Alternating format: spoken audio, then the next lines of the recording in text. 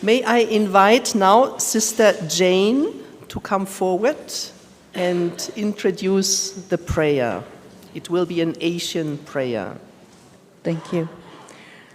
Our opening prayer today will begin with Hindi devotional song called Hindi Bhajan. The licensed student from Asia will lead the choir. During the prayer, the 5 safeguarding representatives will light the Asian traditional lamp. The Lord's Prayer will be recited in a conclusion. So may I now invite the group to lead us into prayer.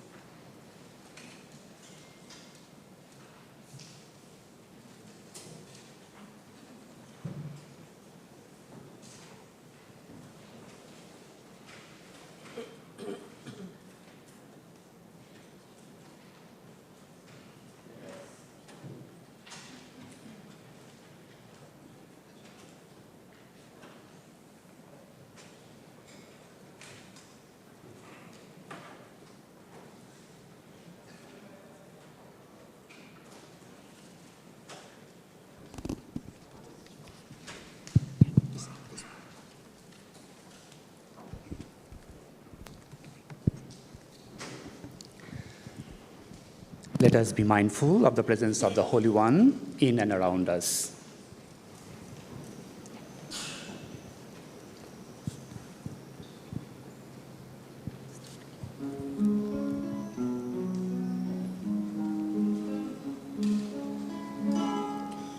Pavano Atma Antaryami Pavane Atma Antaryami Parasado Apane Kripa Apane Kripa Apane Kripa Parasado Apane Kripa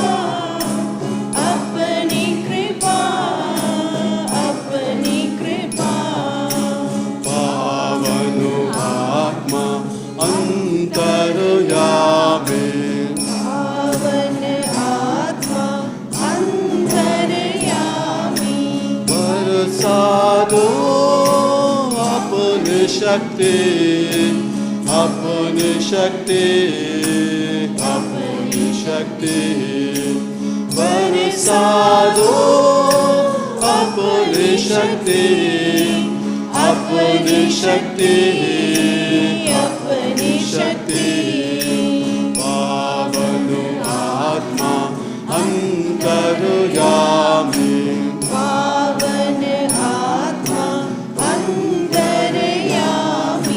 Parasado apani raksha, apani raksha, apani raksha. Parasado apani raksha, apani raksha, apani raksha. Pavanu Atma Antaryami.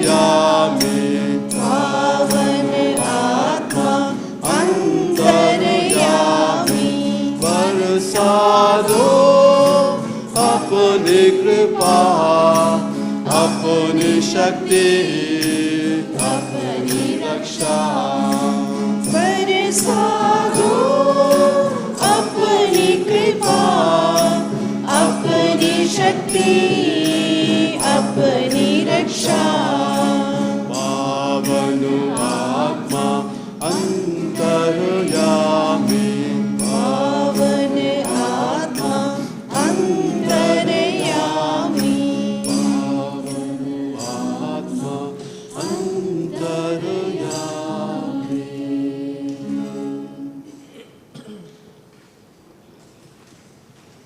Let us pray together. Lord, our loving Father, we thank you for the gift of life in your own likeness and for dignifying it with the sacrifice of your beloved Son, our Lord Jesus Christ. Help us in and through the Holy Spirit to bear witness of your love and compassion to each of your vulnerable children. Be our hope and courage amidst our personal and institutional weaknesses. May we always be the voice and strength of those who are abused and silenced. We ask this in the name of Jesus, our Redeemer. Amen. Now let us hold one another's hands and pray the Lord's Prayer, each in our own.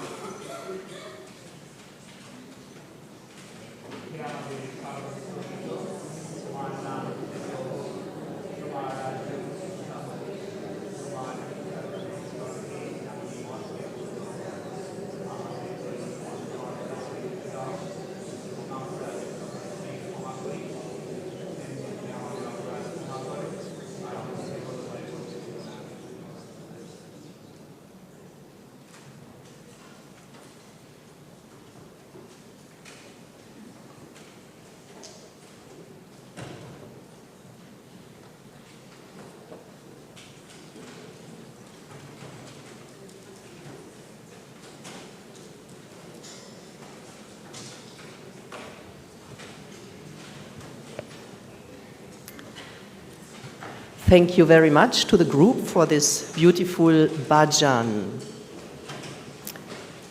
Now this morning our first block will be our dear PhD graduates, 4 of them. They are all sitting here. Please come here. That is Joe Paul, it's Anna Mary, it's Romuald and Mary Lembo. So we will get some insights into their research and especially cultural factors related to their dissertation. We start with Joe Paul, so the floor is yours, Joe Paul.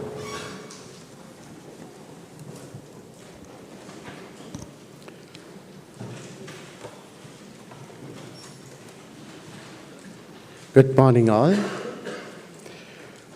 So, my topic is Human Formation and the Development of Self-Esteem, a grounded theory research in Indian seminaries. Basic information. The research was conducted under the guidance of Father Solner.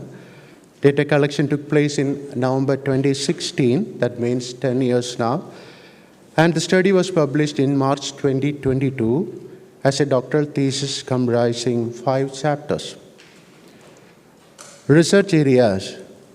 Human formation and self-esteem are the 2 main concepts of this research.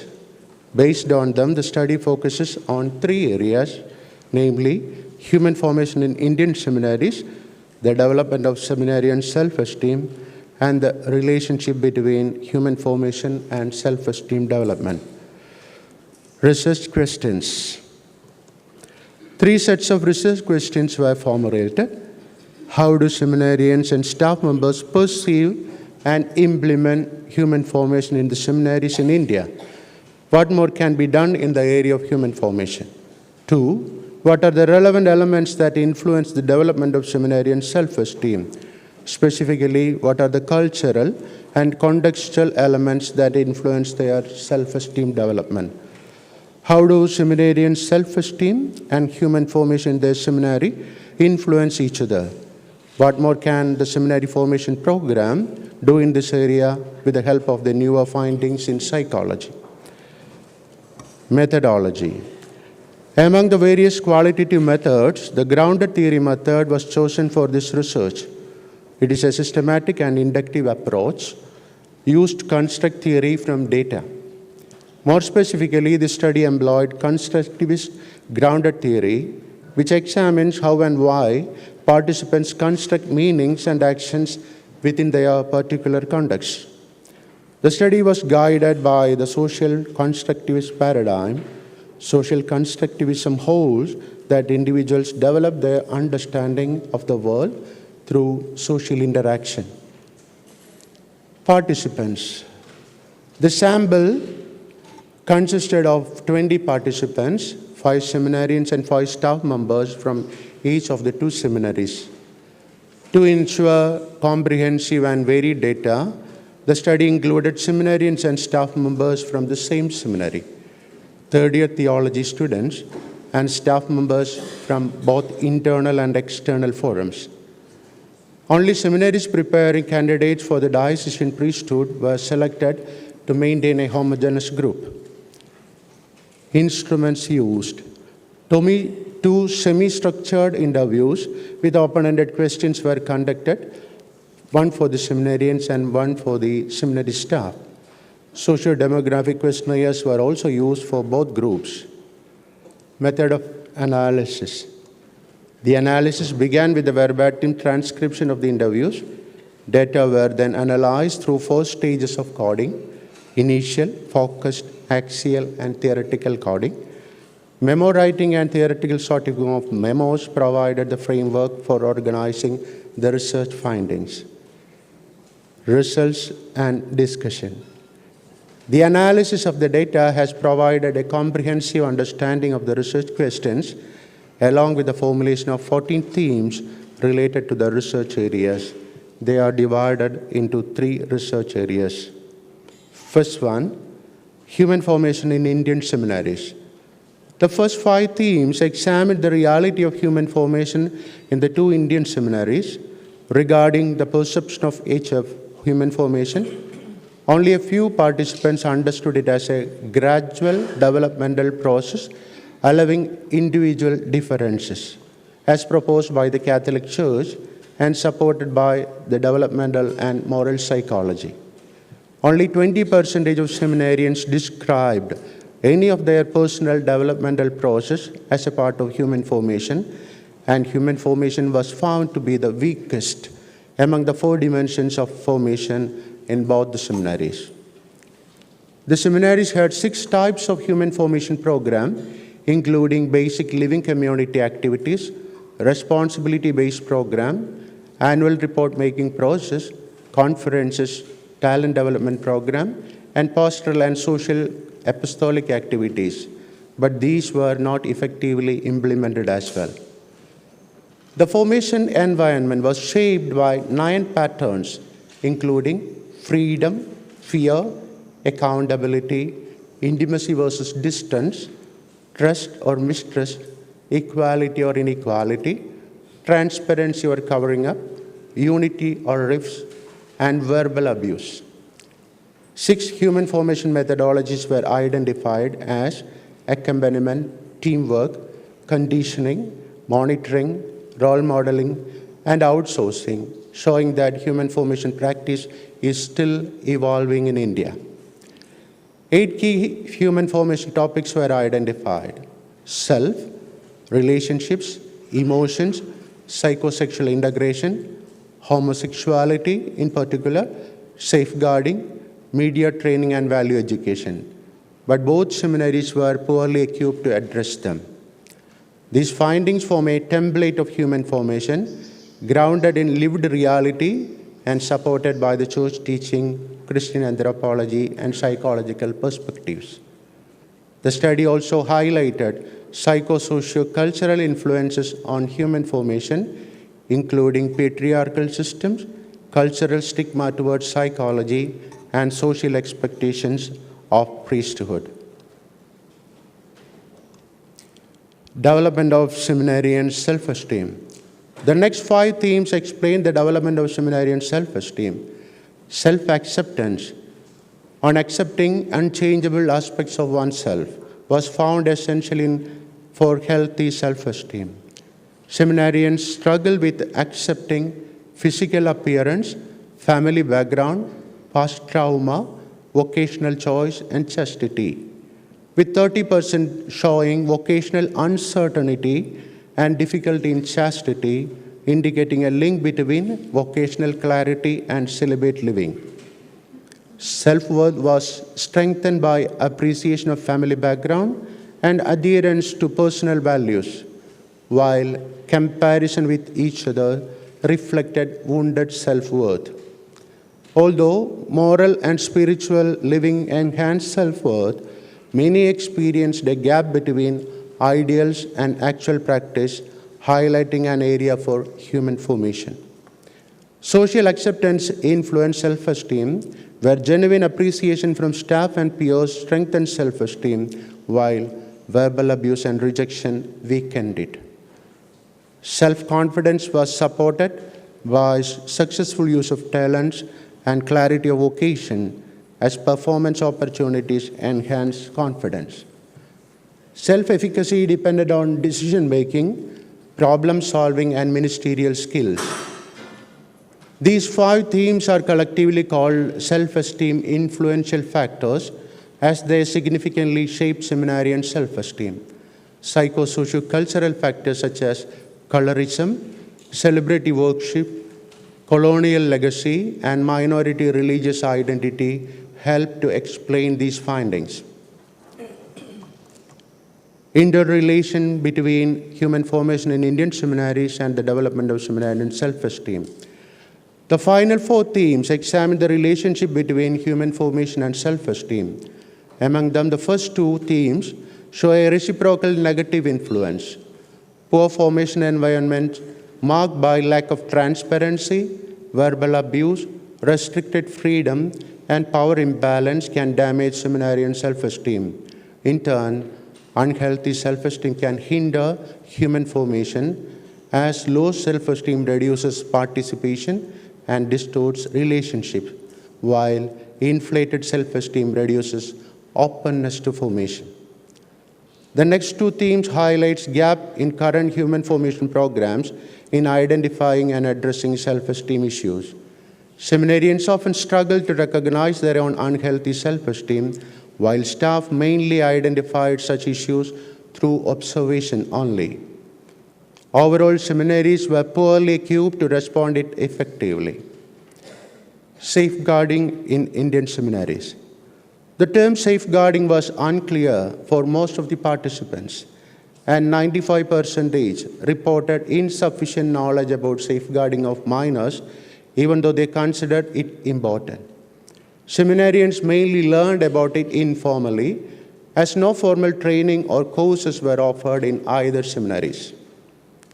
About 20% of seminarians reported a history of child sexual abuse, and one staff member was aware of 6 such cases. Although they experienced ongoing effects of trauma, many were afraid to speak openly, fearing it could affect admission to holy orders. This negatively impacted their self-worth and overall self-esteem. Seminarians with child sexual abuse history occasionally discussed it during spiritual counseling, which provided temporary relief, but they felt unable to address it fully within human formation. While psychological help was suggested, none sought it due to difficulty in initiating it and limited access to experts nearby. The last slide, recommendations. Seminaries should appoint dedicated human formators in internal forum, since seminarians are more open to this setting and often lack clarity about who is responsible for human formation.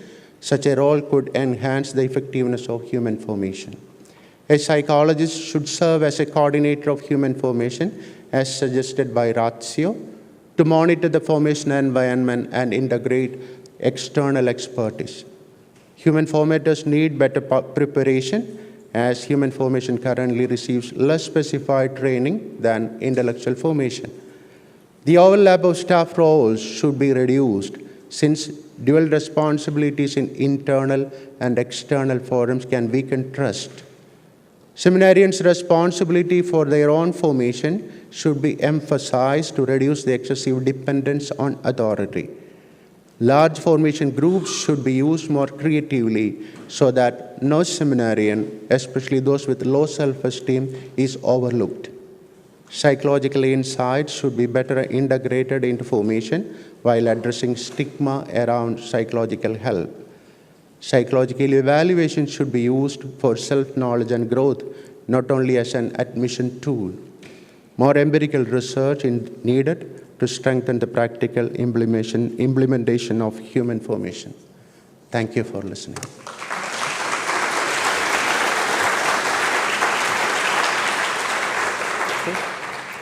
Thank you very much, Joe Paul, for giving us an insight into your research on cultural elements that influence self-esteem.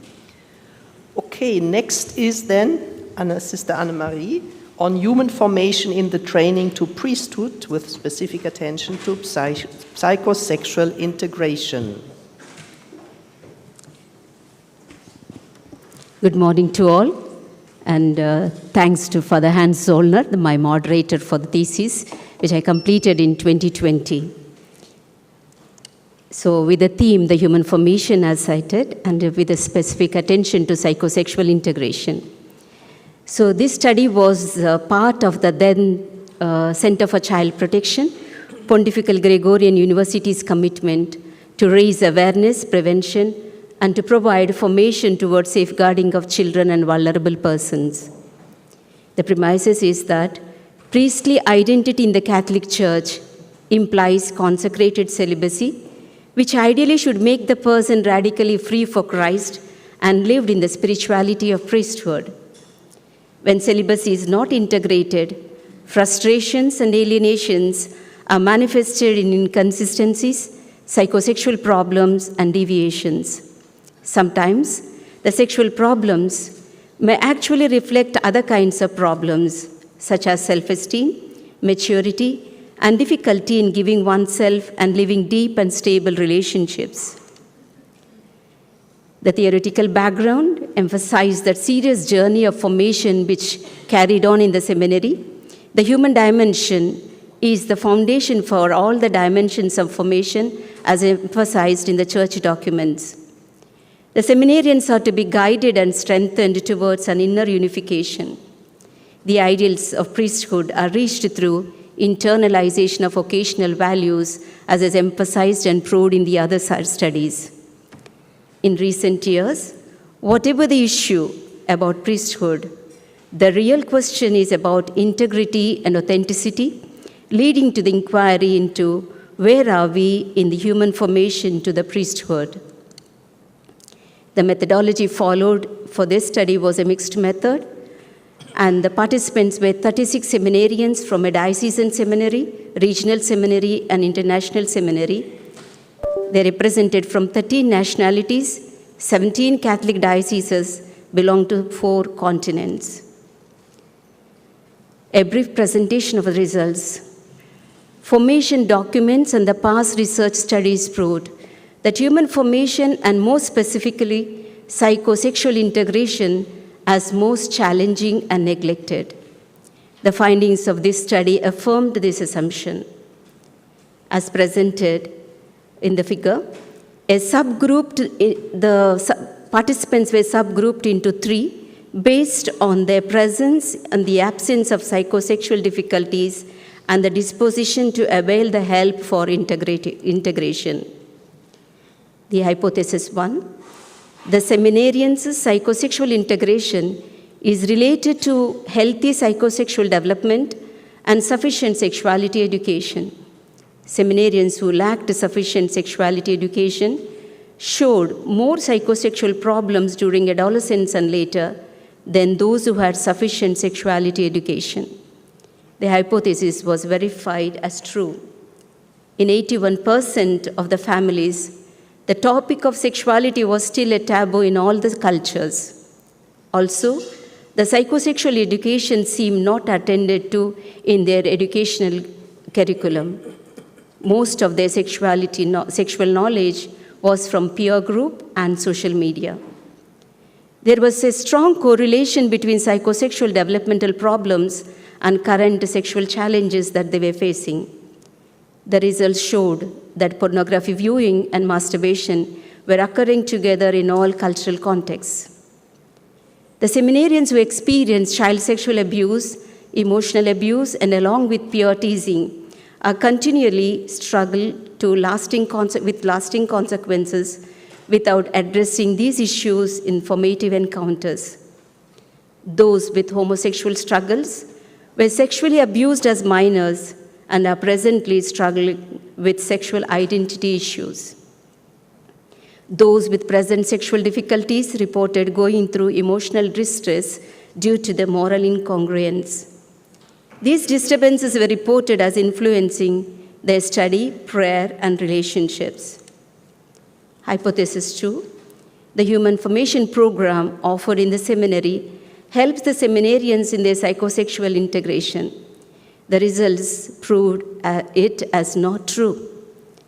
A majority, that is 81% of the seminarians, evaluated human formation as insufficient, not satisfactory, and all the formators confirmed it as the most neglected dimension.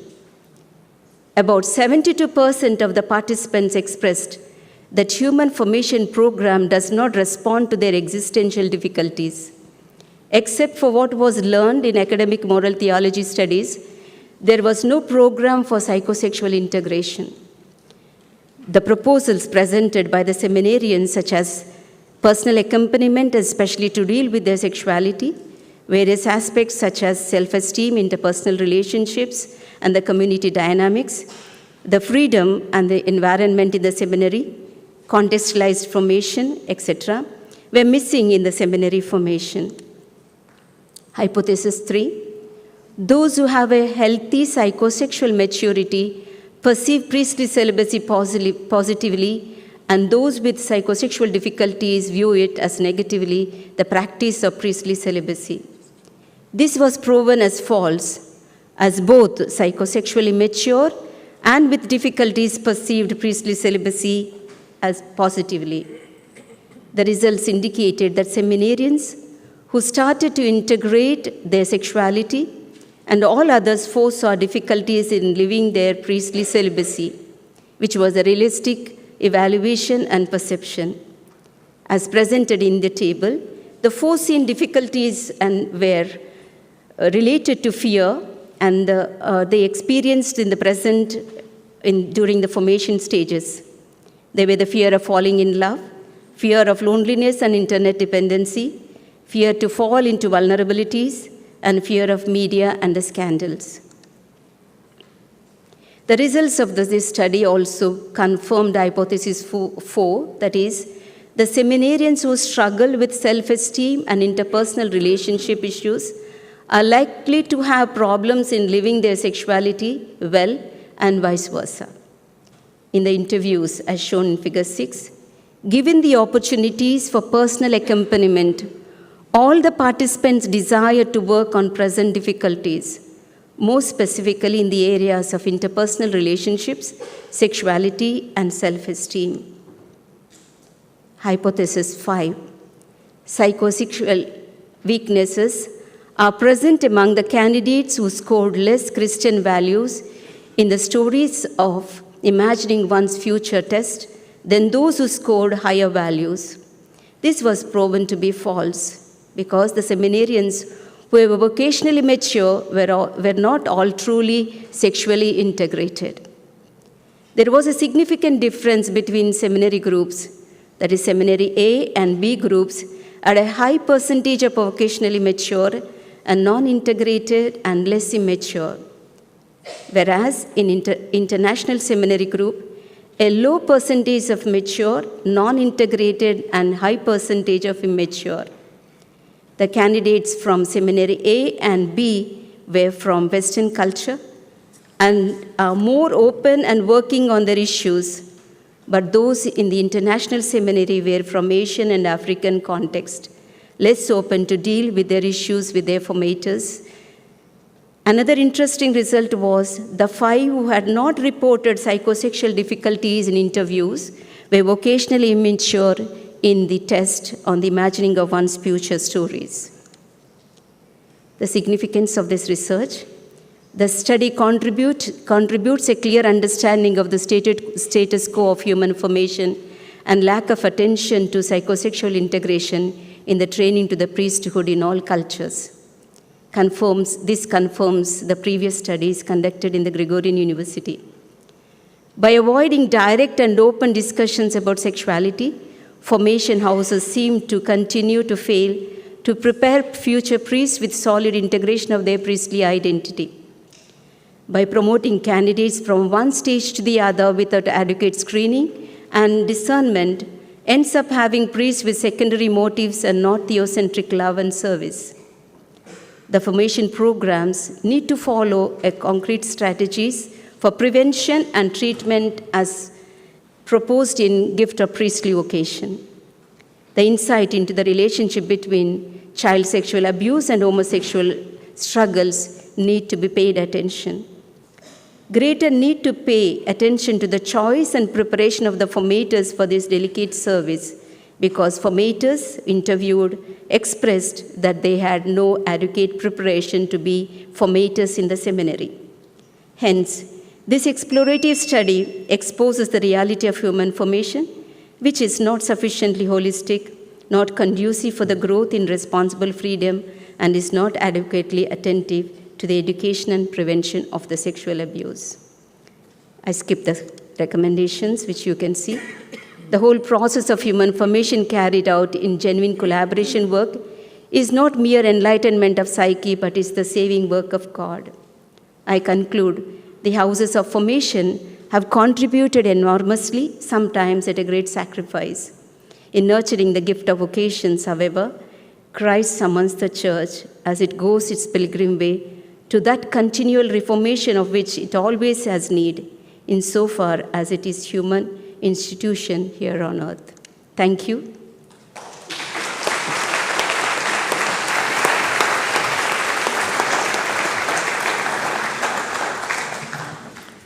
Thank you very much, Sister Anne-Marie, and especially also pinpointing psychosexual integration as the most challenging and most neglected one also. Okay, we move on to Romuald Usabumbana, please. The role of religion in helping genocide survivors in Rwanda cope with the trauma of sexual violence.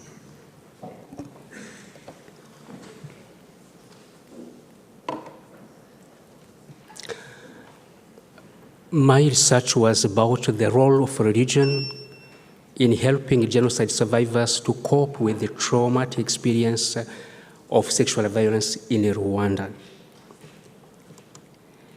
Warning, given the content of this experience, if somebody experiences some distress, please look for help. The context of my research was, as I said, in Rwanda, where in 1994, there was a genocide against the Tutsi, during which almost 1 million people have been killed. During genocide, also, sexual violence was used as the means, as the weapon to humiliate, to destroy, especially Tutsi communities. And according to the UN publication, almost 250,000 girls and women from Rwanda have been raped. After the genocide, we see in Rwanda a proliferation of religious practices, people going to the churches, different churches, and my research was about how does this help survivors of genocide and rape to cope with the traumatic experience. This was my problem statement. How does it help to cope with this problem? Now, the objectives of my research were 3 objectives. First, to analyze critically the impact of religious coping.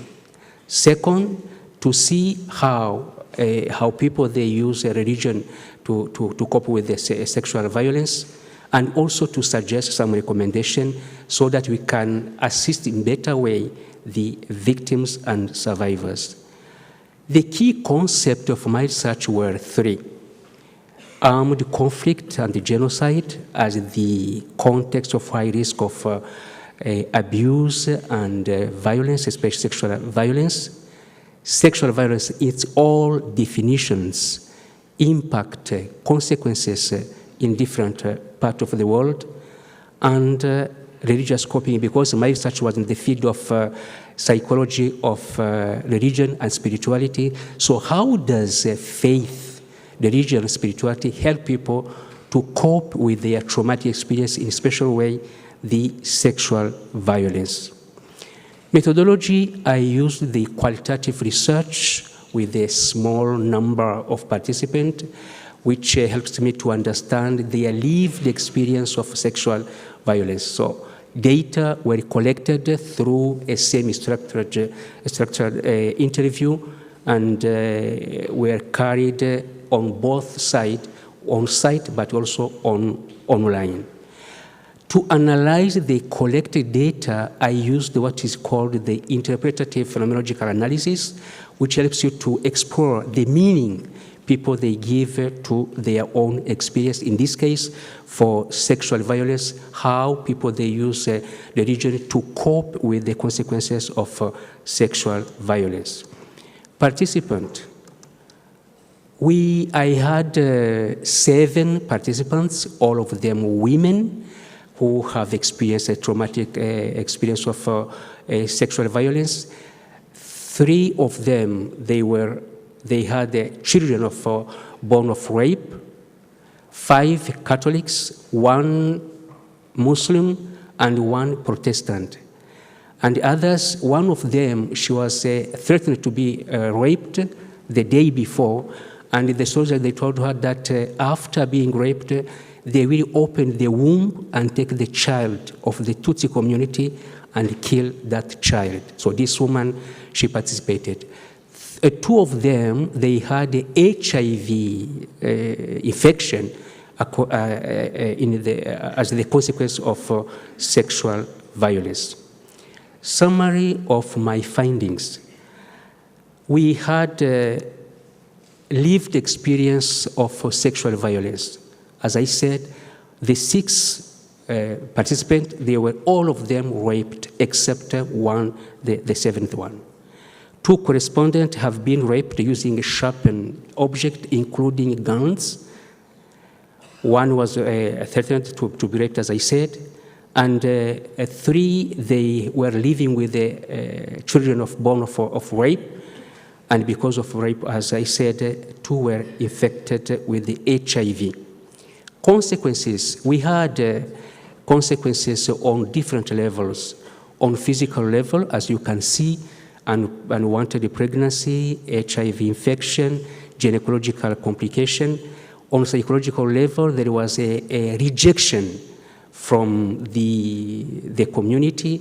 On psychological level, there was blaming, you feel self-blaming, and also shame and traumatic PTSD. And on spiritual level, there was anger towards God and the church. God did not protect, because I remember in one day in my office, a woman coming and said, Father Romuald, what have we done to God so that my family was killed? And I went through this experience of sexual violence. Now, to overcome the consequences of sexual violence, these women used a different kind of what we call coping resources, including psychological accompaniment, economic resources, medical resources, psychological resources, but also religious resources. So this was the attention to the last one was my attention. All the 7, they used religious resources. Now, the analysis I made of their lived experience came out with 4 resources of positive religious coping.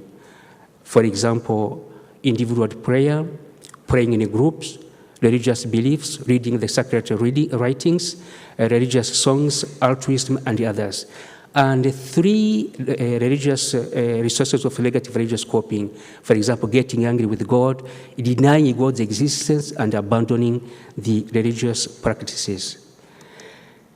What are the role they attributed to the religion in terms of coping resources? I came out with 8 positive roles attributed to the religion. For example, feeling protected, promoting forgiveness, facilitating the process of healing, giving courage. As you can see, there are many positive outcomes thanks to the use of religion. I came out with the one ambiguous law when a woman said, what happened to me as rape is God's plan.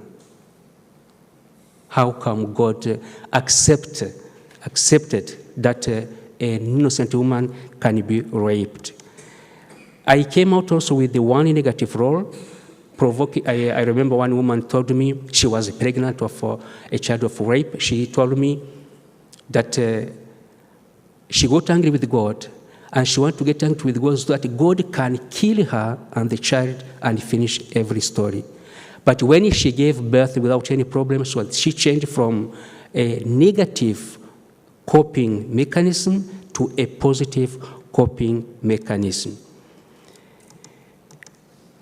Recommendation made by some victims, survivors. So there was a 5 recommendation to care for the survivors, recommendation to care for the children born of a rape, and also recommendation to the churches present in Rwanda. One important recommendation I want to say is that we should care for them in a special way. I came out also to conclude with my recommendation based on this research. Therefore, these are the 6 recommendations. We need a pastoral program adapted to the victim because of their particular needs. We need also to set new structures of psychospiritual accompaniment for survivors. The benefit of religious practices are relevant coping resources for survivors, because in the country where we don't have enough psychologists to help people, the survivors, so people, they go to the priest for accompaniment. We need also to discern the effectiveness of religious coping. It's not enough to go to the church or to pray, but how does it help people?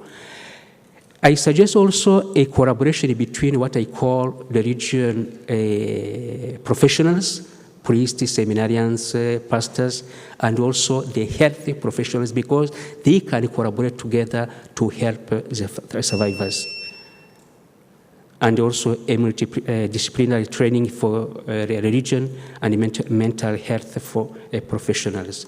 I conclude saying that according to my research, majority of the participants, they have benefited a lot from the religious coping. But we have to be careful. We need criteria to discern the effectiveness, because religion can function as a double-edged sword. It can heal, it can also kill if you don't pay attention. Thank you for your attention.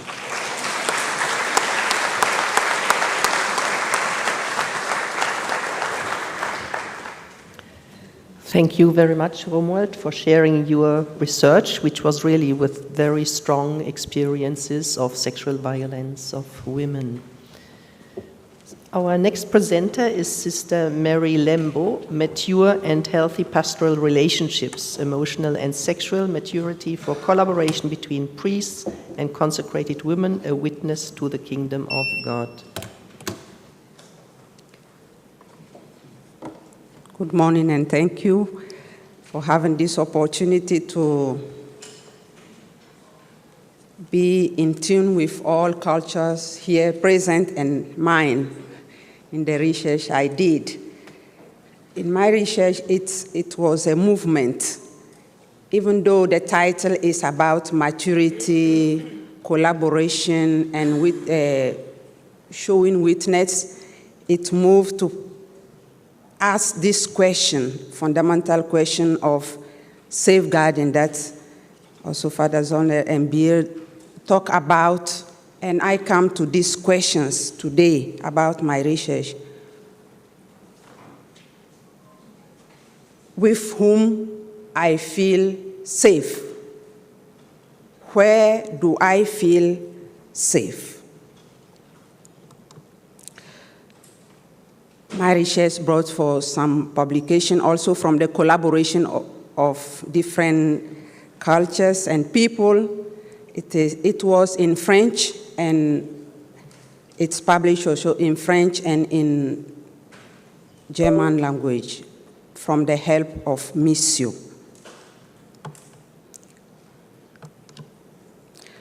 These approaches help because it's about complexity of human being and relationship, and also the topic of my research. So the theory of narrativity helped to construct meaning in suffering situations and also happiness, how to construct meaning.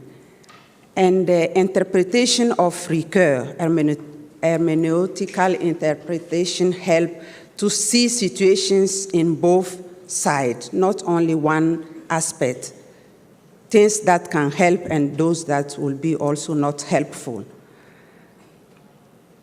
The anthropological perspective helps to see human being able to talk and to present stories about what is life, and also how to construct meaning and in relationship and developmental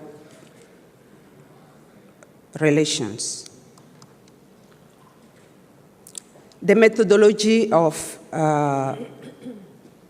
collaborating with participants, I call them participants, to tell the untold stories that they were carrying, to listen to them, and to analyze after, together with them, how are they seeing it.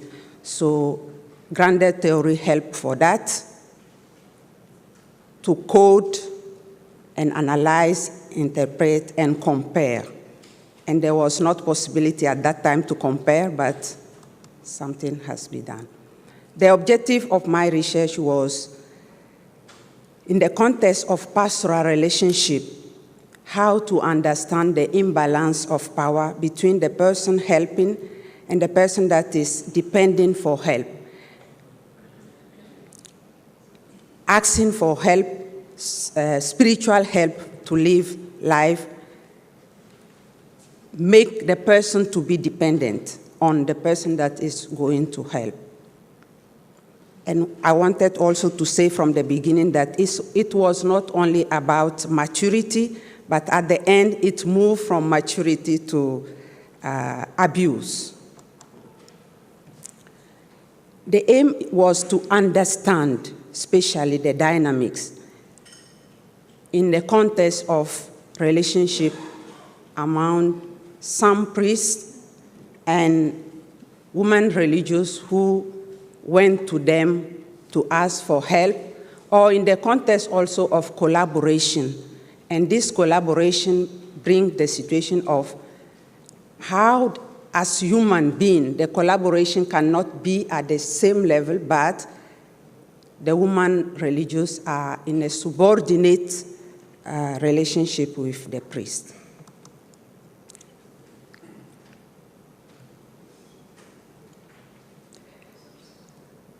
The religious women who participate to this research are from different parts, 5 countries of Africa.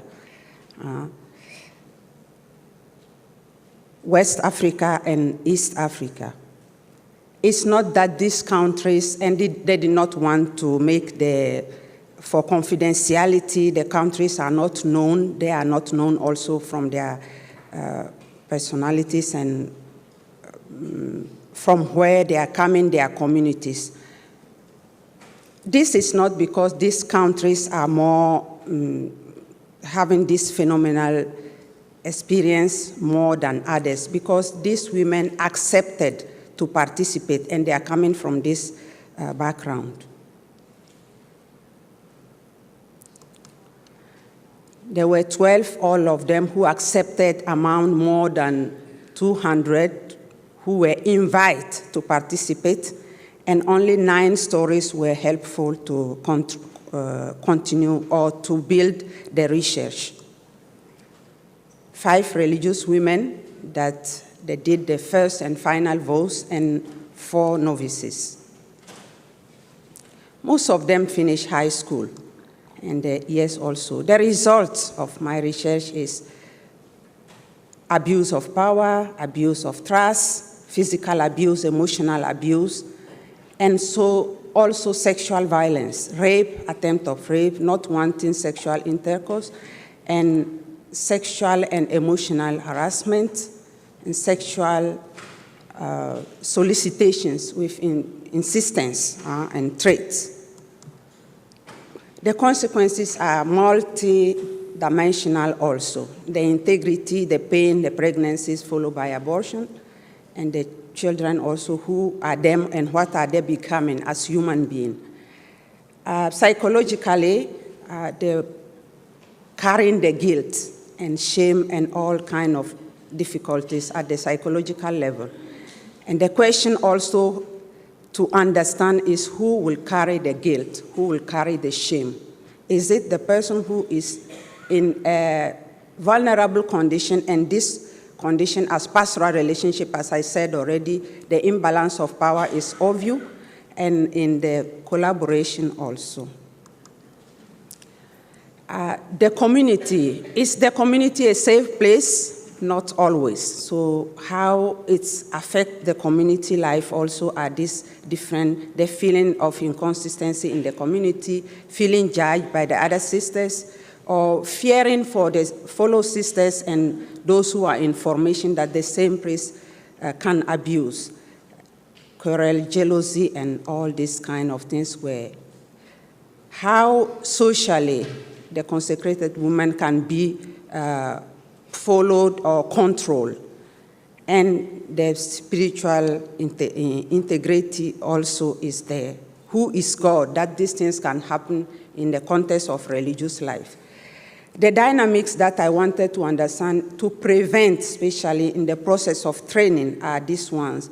From the woman religious, they can be having blind confidence in the priest, not paying attention to incorrect gestures and attitude, idealizing the priest. How can a human being, a person be only seen from the perspective of he or her position, in this case, the priest. The position makes that it's not possible to see the bad doing of himself and to confront. Fear to talk about the abuse, confusion, ambiguity, and so on. How difficult to disclose about this because of culture, taboo. And the perpetrators, what is going on? The capacity to groom. And this groom process can be seen here. So to say something about them, they were not known. The participant did not want them to be known, but they are all kind of priests working in school, parish, and the diocese. These are the grooming process, how to act on these women, neutralize the vigilance of the community themselves, isolate them to control, create dependency in different form, and create also confusion with cognitive distortions. The cultural particularity I have finally in 2025 to compare my research with Barbara Halsbeck, but her research in German context, but about spiritual abuse on women religious. What I can say about the particularity of the culture is that in the culture of my research, the grooming process was facilitated by the culture norm of socialization that include the emphasis on respect of adult women and children towards adults who are in position, especially. But this respect is not in the opposite way, that women and children also need respect because they are human beings. The understanding of gratitude for gift, services, and favor, how is it? It's not a debt, it's just saying thank you, but how it's understood that a person must to give something to say thank you is another aspect. The relationship, the dependency of relationship also is increase the vulnerability of these women. Recommendation, education in family, schools, university, and culture. Focus on today we can say the culture of safeguarding, but I focus on the issue of taboo and others. Initial and ongoing formation had to integrate the idea of power, the understanding of power, and its dynamic in relationship, being in community, in pastoral relationship or collaboration, guidelines, policies, and code of conduct, and for healthy boundaries and measures to facilitate reporting abuse. And this word can be said today about it. In 2014, talking about reporting was not easy, and even to listen to, in this context of my research, listening and accompanying survivors.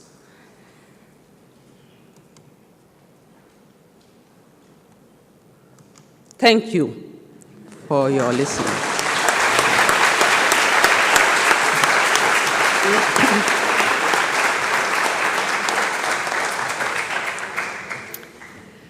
Thank you very much, Mary, also for showing us how the imbalance of power or abuse of power can also lead to sexual abuse and many other things.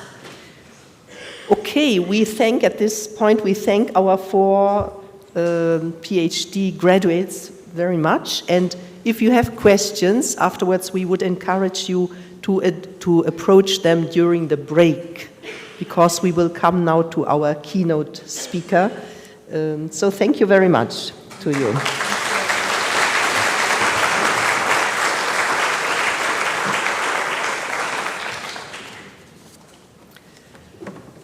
Our keynote speaker is Father Benedict Jung. He's a Jesuit, and he at the Faculty of Social Science.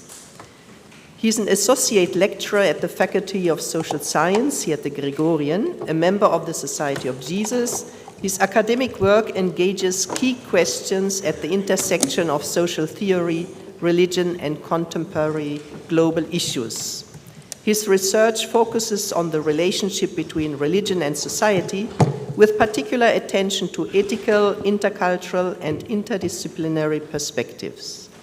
He is involved in teaching and mentoring students in the field of social science within an international academic environment. Okay, the floor is yours, Father Benedict.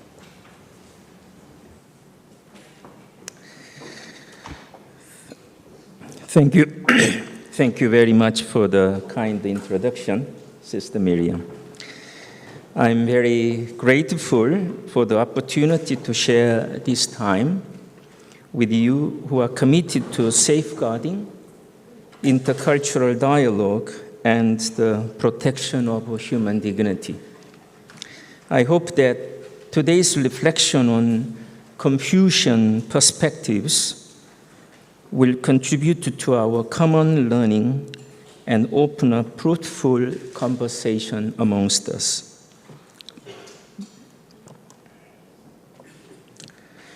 I think that safeguarding is often and generally understood through policies, training, reporting procedures, and risk management.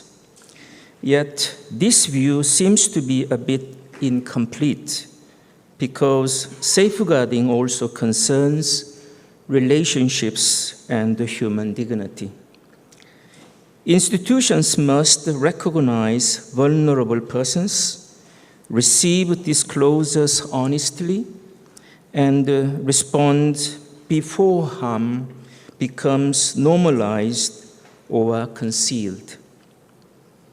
Safeguarding is therefore a moral and relational practice that places vulnerable persons above institutional reputation.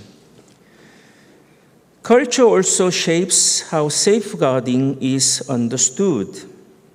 While many contemporary frameworks emerged from Western legal traditions, East Asian contexts often emphasize family obligations, hierarchy, relationships, and social harmony. Confucian ethics can support safeguarding through relational responsibility, moral cultivation, social order, and care. However, harmony, loyalty, and respect for authority must be critically examined because they may either strengthen protection or discourse, disclosure, and accountability. Safeguarding has both defensive and enabling dimensions. Defensive safety protects people from abuse and exploitation, while enabling safety creates conditions for participation, freedom, and development. Its foundation is the inviolable dignity of every child, survivor, patient, and vulnerable adult. In today's presentation, I would like to argue that safeguarding is not only institutional compliance, but also a moral, relational, and intercultural practice. I will examine how Confucian philosophy can contribute to safeguarding while identifying limitations that require correction and our attention. I will begin by presenting 4 fundamental concepts of Confucian philosophy. The selection of the 4 concepts are influenced by my upbringing in the Confucian culture in Korea,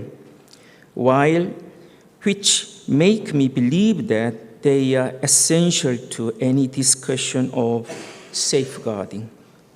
The second part presents a SWOT analysis of Confucian approaches to safeguarding. Building on this analysis, the third part proposes several intercultural communication mechanisms designed to support contextually response safeguarding while avoiding the limitations of one-size-fits-all approach. The presentation concludes by synthesizing the main findings and implications. Confucianism as relational ethics.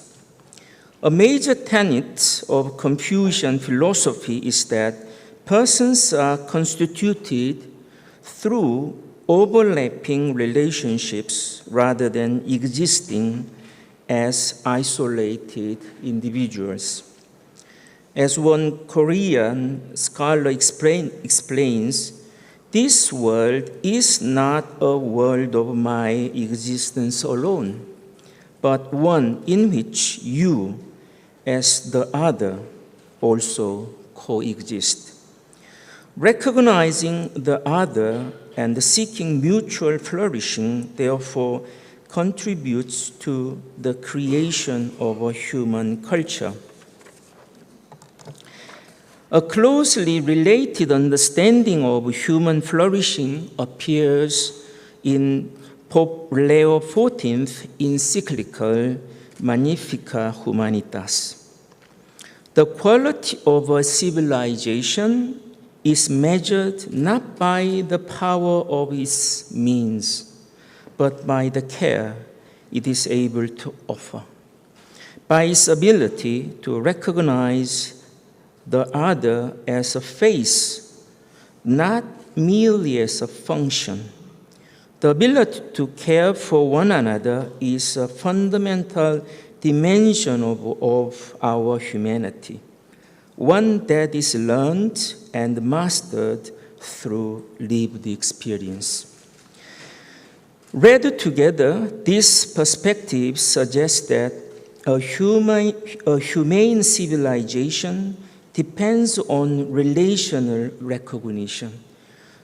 The other must be encountered not as an instrument or a social function, but as a person whose flourishing is bound up with one's own. Confucian ethics understands the proper life for human beings as one formed within relationships rather than in isolation. This makes it especially relevant to safeguarding, since harm often occurs within families and communities and therefore calls for relational responsibility.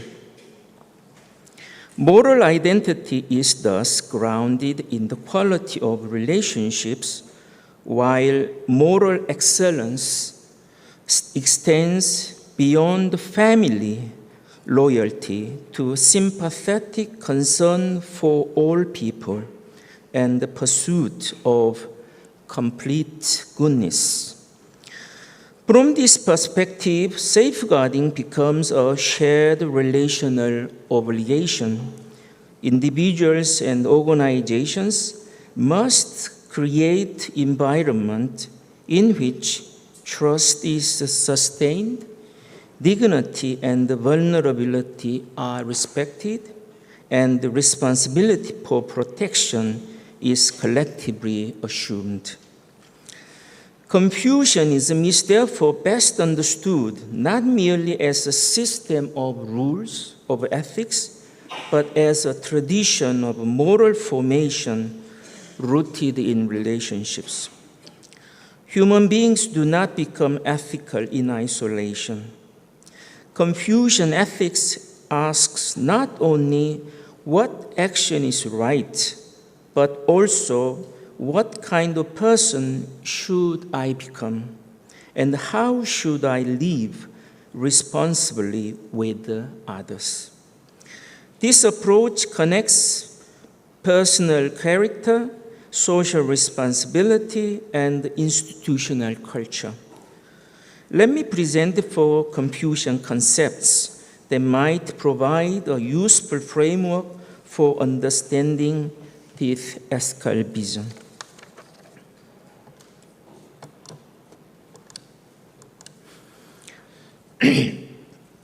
First, Ren, which can be translated as humaneness and benevolence. Ren is widely recognized as a fundamental concept in Confucian ethics and is commonly translated as humaneness, benevolence, or human concern. Rather than being a single virtue, Ren is a pervasive moral disposition that shapes interpersonal relationships and social behavior.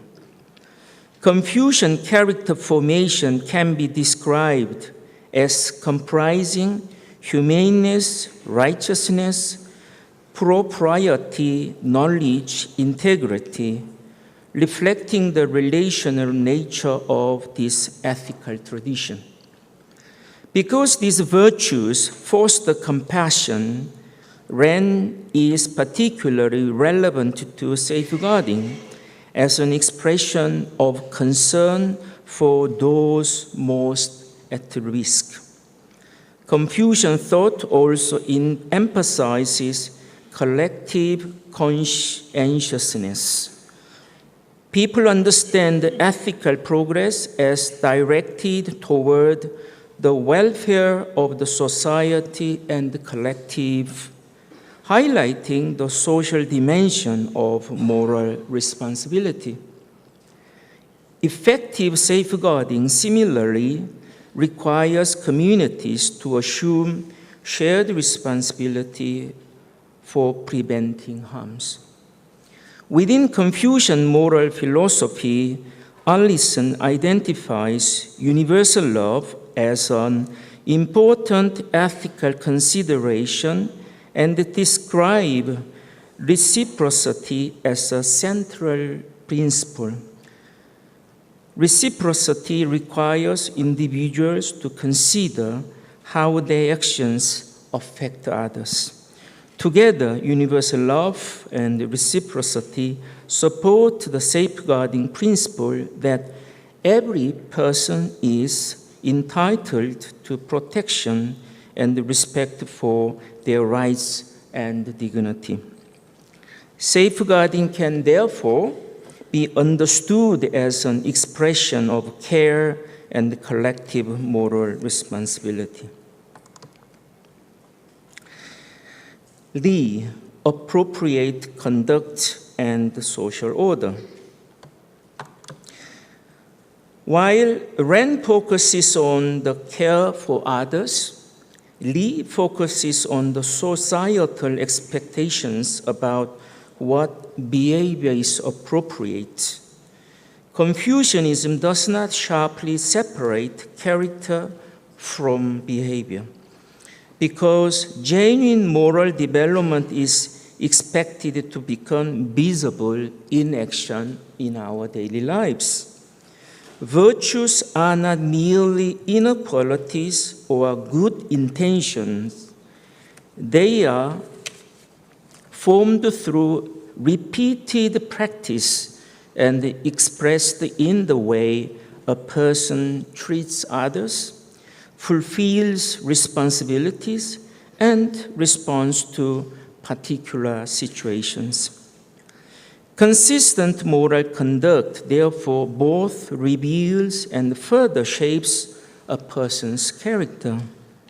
A scholar Lai says that moral norms are connected with the broader social understanding of ethical life rather than existing as isolated rules, detached from experience.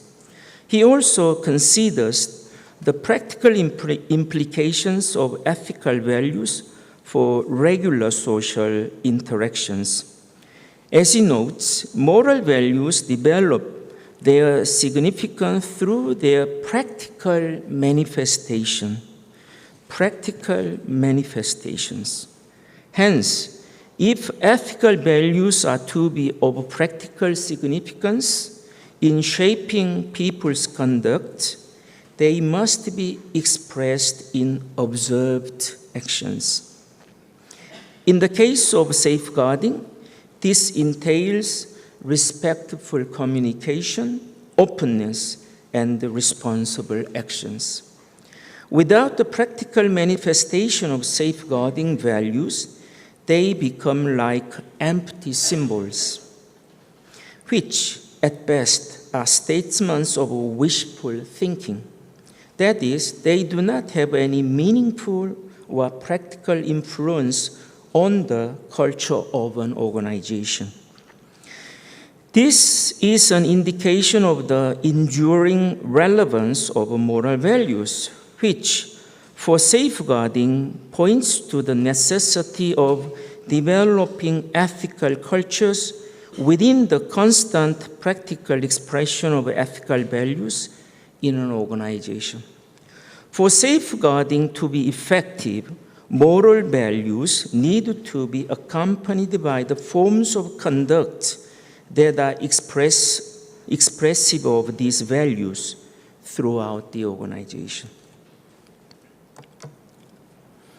Xiushan, self-cultivation and character formation.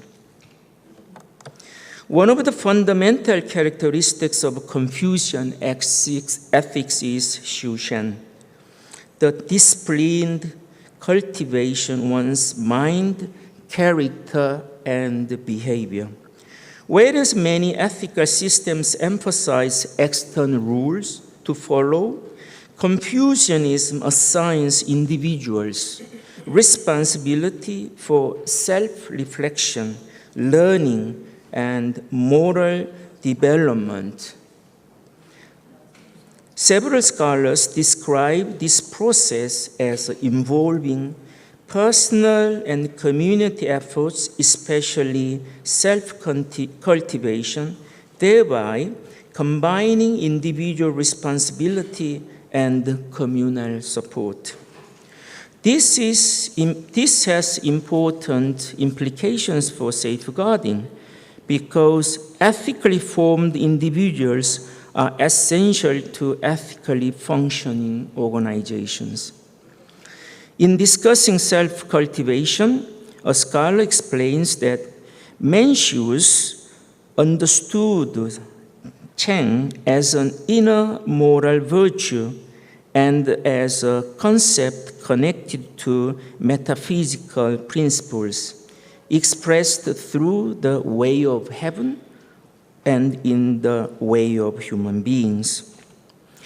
Rosemont and Ames similarly argue that Confucian traditions seek continuous moral improvement and responsible relationships that can inspire people to become better person every day. Self-cultivation, therefore, supports a proactive rather than merely reactive approach to abuse and the victims. Safeguarding should not only prevent misconduct through procedures, but also strengthen the virtues and the responsibilities of individuals. A scholar characterizes moral cultivation as a dynamic process of spiritual development. Likewise, safeguarding requires continuous development as new challenges emerge within changing social contexts. The Confucian understanding of lifelong moral formation can therefore help to sustain safeguarding cultures capable of responding constructively to evolving risks and responsibilities everywhere in the world. Finally, Jing, reverence and respect. According to a scholar, Jing generally refers either to outward conduct characterized by caution and respect, or to a reverent state of mind. It may be understood as the central axis of self-cultivation because it gathers and focuses the mind, enabling individuals to govern themselves and respond appropriately to different situations. In Juhi's thought, reverential self-restraint and moral cultivation are complemented by the investigation of principle as a foundation for moral education. From a safeguarding perspective, Jing can encourage us constant awareness of the dignity, moral worth, and the vulnerability of every person. They locate Confucian moral responsibility within lived relationships and everyday interactions. Jing therefore supports safeguarding by promoting attentive, prudent, and respectful concern for the welfare of others. Together, these four Confucian concepts connect inner character with outward conduct. A good society cannot be sustained by laws and procedures alone. It also requires persons who have learned to care, act appropriately, examine themselves, and treat others with respect. These concepts thus provide a valuable framework for reflecting on leadership, organizational culture, responsibility, and the protection of human dignity. Confucianism has developed through changing social, political, and religious environments. A scholar highlights the enduring ideal of harmony of heaven, earth, and humanity, and the integrative character of Chinese ethical traditions, which seek balance across multiple dimensions. This broad vision helps to explain the continuing relevance of Confucian thought to contemporary ethics, social responsibility, good governance, and safeguarding of relational cultures. The historical adaptability of Confucianism also contributes to its relevance today. A scholar describes religious and ethical traditions as the practice of structuring values, through which societies form shared understandings of social order and moral conduct. Such value formation is important for safeguarding because it depends on common assumptions concerning honor, responsibility, and appropriate behavior. Miller shows how classical values interact with contemporary social realities. This capacity for adaptation is especially significant for safeguarding, which requires ethical frameworks are able to respond to changing conditions. Confucianism, therefore, can offer both historical depth and contemporary relevance as a resource for safeguarding theory and practice.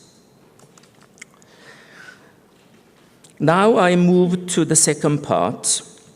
SWOT analysis, as you know, identifies internal strengths and weaknesses alongside external opportunities and threats to guide strategic decisions and organizational planning effectively.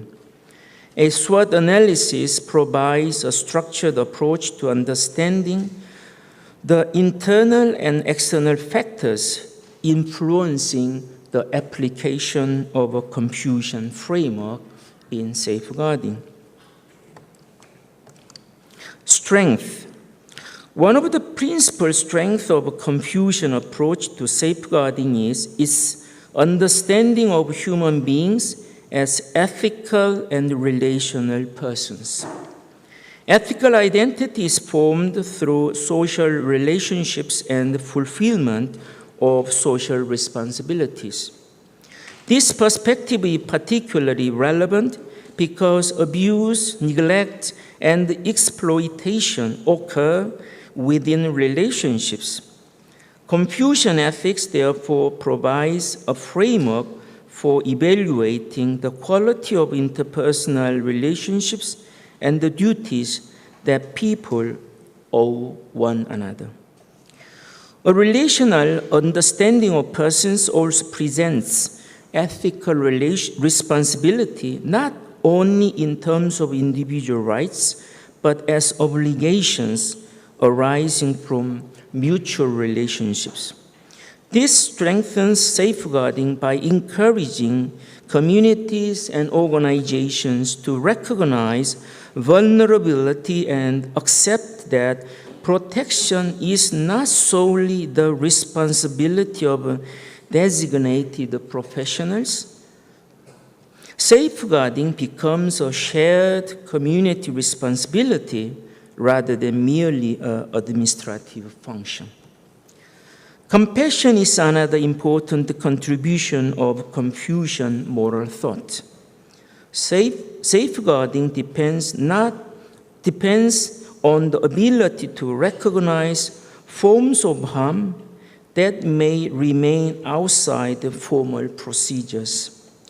Ethical sensitivity may provide the first indication that support, intervention, care, and protection are needed. A compassionate culture, therefore, provides strong foundation for effective safeguarding practice. Confucian thought also emphasizes the cultivation of the heart and mind as the basis of ethical conduct. This moves safeguarding beyond the external regulation and integrates it into moral formation and personal development. The principle of lifelong self-cultivation encourages individuals to reflect continuously on their behavior, attitudes, duties, and responsibilities. It also promotes humility by recognizing that moral development is never complete in our lives. The Confucian emphasis on family relationships may further support safeguarding. Ethical formation begins with close relationships before extending to the wider community and the society. Families can therefore be encouraged to foster respectful relationships, emotional support, and discipline, self-discipline. They may serve as safeguarding partners by helping to prevent harm, intervene when risks arise, and support vulnerable persons in the family alongside the organizations. A scholar describes Confucianism as culturally rather than religiously based. Values such as responsibility, respect, self-discipline, and care may consequently strengthen safeguarding across diverse organizational and international contexts. Safeguarding should not eliminate ordinary expressions of care, such as assisting a child who has fallen, but should guide such actions responsibly. Finally, Confucian ethics is compatible with contemporary safeguarding commitments to human dignity. Zoller and Baer argue that safeguarding ultimately seeks to defend human dignity and integrity within social and institutional context. Confucian ethics contributes especially to the relational dimension of safeguarding, which modern ethical frameworks reinforce: dignity, protection, accountability, and human flourishing. Weaknesses.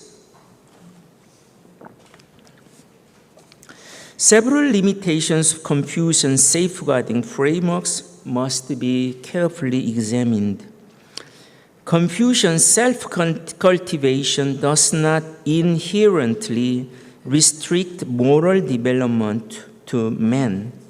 Yet many historical interpretations were patriarchal and limited women's social status and public participation. Safeguarding frameworks informed by Confucianism must therefore include women's perspectives, experiences, and equal participation. Confucian ethics emphasizes character, moral development, care, responsibility, and relational harmony. However, it offers limited guidance concerning trauma, victimization, recovery, and survivor rehabilitation. Confucian approaches should therefore be supplemented by contemporary professional and practice-based frameworks that address victims' psychological, pastoral, legal, spiritual, and social needs. Confucian ethics begins with the moral cultivation of the individual, then extends to the family, community, and wider society. Yet, large-scale safeguarding failures often involve organizational culture, reporting systems, governance, and institutional accountability. Such problems cannot be resolved through individual moral improvement alone. Other ethical and professional frameworks may therefore be better equipped to address urgent systematic failures through institutional regulation and oversight. A further difficulty arises when harmony is prioritized over open confrontation, wrongdoing. Social pressures may encourage individuals to remain within accepted social boundaries and avoid challenging authority. When protecting relationships becomes more important than disclosing harm, vulnerable persons may remain unprotected. Safeguarding practitioners, therefore, balance relational harmony with transparency, reporting, and accountability. Finally, some Confucian concepts may appear difficult to apply to contemporary safeguarding issues involving law, professional practice, complex organizations, and changing hierarchical structures. Modern institutions require detailed policies, procedures that philosophical traditions alone cannot provide. However, this does not diminish the contribution of Confucian ethics, but it demonstrates the need to integrate moral philosophy with the legal, institutional, and professional safeguarding frameworks. Opportunities. When considering the influence of the Confucian worldview on safeguarding in intercultural contexts, several opportunities also can be detected. Confucian traditions continue to shape East Asian understandings of governance, authority, and social organization. Safeguarding mechanisms may therefore gain greater legitimacy and practical acceptance when they are culturally informed rather than based mainly on external derived frameworks. Another important opportunity is the integration of safeguarding with family-centered care and support. Many modern frameworks focus primarily on institutional responsibilities, whereas Confucian traditions recognize the family as a foundation of moral formation and social welfare. Safeguarding systems could therefore engage families as partners in prevention, oversight, and healing and support rather than treating them only as external stakeholders. Safeguarding may also be integrated into moral education and ethical formation. Confucian traditions emphasize lifelong attentiveness, character development, and self-reflection. These values align with proactive safeguarding, which seeks to prevent harmful behavior before it develops into serious abuse. They can complement formal procedures by addressing the moral attitudes that shape conduct. Safeguarding is more effective when ethical awareness is embedded in organizational culture rather than confined to compliance training. Scholars propose a culturally adaptive mental health rights protection framework that balances global rights with the local cultural contexts. This reflects the challenge of applying universal safeguarding principles with sufficient cultural flexibility. Culture should not weaken professional standards, but it can inform approaches to trust, communication, engagement, and implementation. Confucian perspectives also encourage dialogue between Western safeguarding models and non-Western ethical traditions. Since contemporary safeguarding operates across cultural, racial, and religious differences, Such dialogue is very much essential. By emphasizing social responsibility, ethical formation, and communal welfare, Confucian thought can contribute to more inclusive, reflective, and effective safeguarding framework. Finally, threats. There are several external threats that may hinder safeguarding through a Confucian perspective and lens. Cultural attitudes toward unequal distribution of power influence how individuals behave and communicate both within and outside organizations. High levels of deference may encourage authoritarian behavior and reduce independent judgment. In safeguarding, this may discourage people from reporting concerns involving senior organizational figures or influential community members. Organizational hierarchy can therefore become a barrier to transparency and accountability. Safeguarding is particularly compromised when respect becomes blind obedience. Individuals may hesitate to question authority because they fear social censure, damaged relationships, or being regarded as disloyal to the community. Effective safeguarding, therefore, depends on systems that protect those who report wrongdoing, especially when the alleged perpetrator holds significant power in the context.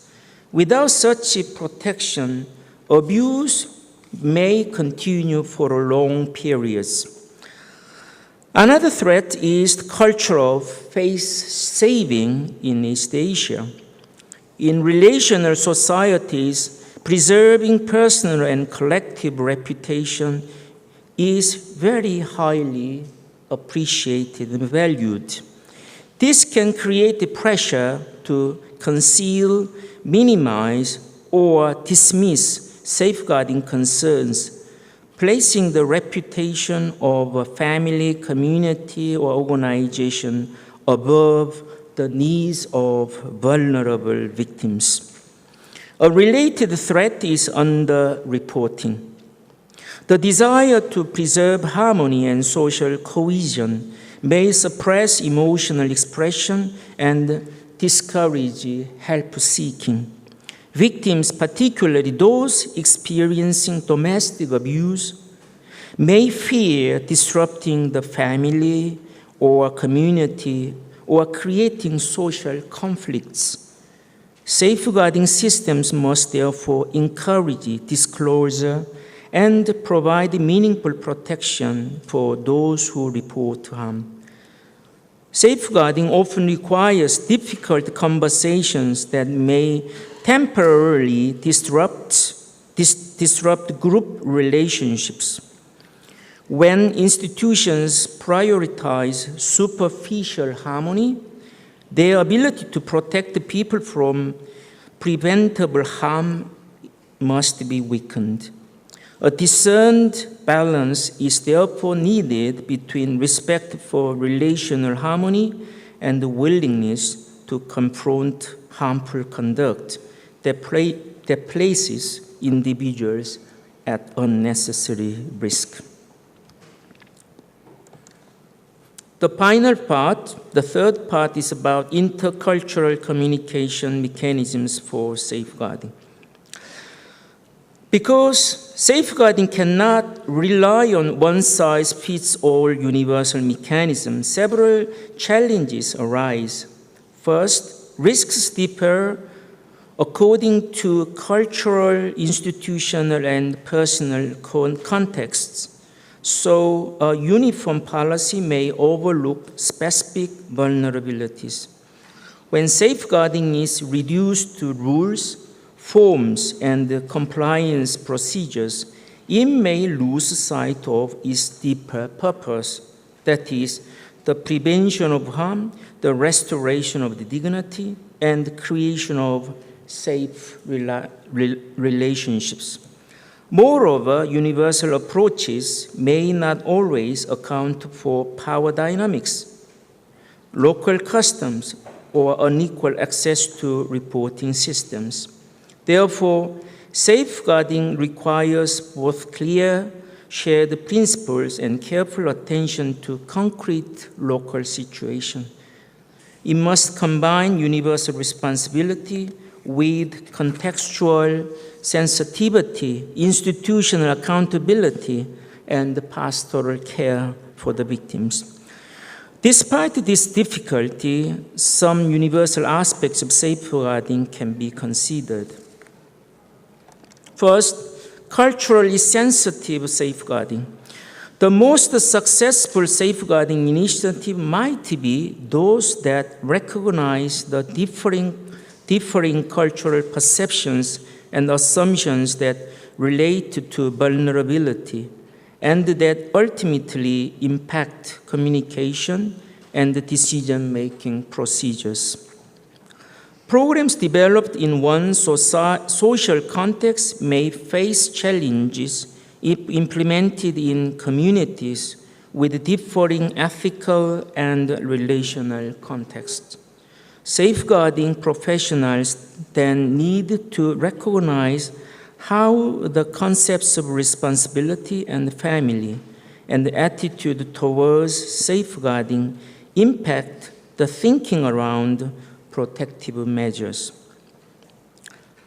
Being culturally aware does not mean that safeguarding principles are compromised, not at all, but rather that the safeguarding communication strategies and measures are modified to embrace and uphold those safeguarding principles relevant in local context. In a Confucian context, families and social networks are typically part of the decision-making process. It should be also acknowledged that the patient's autonomy should always take precedence, highlighting the need to balance social networks with individual rights. At the same time, safeguarding the well-being and the social relationships of the client when they bring a positive contribution is also crucial. In this context, safeguarding the well-being of the victim may require a higher level of social sensitivity and safeguarding victim dignity and autonomy.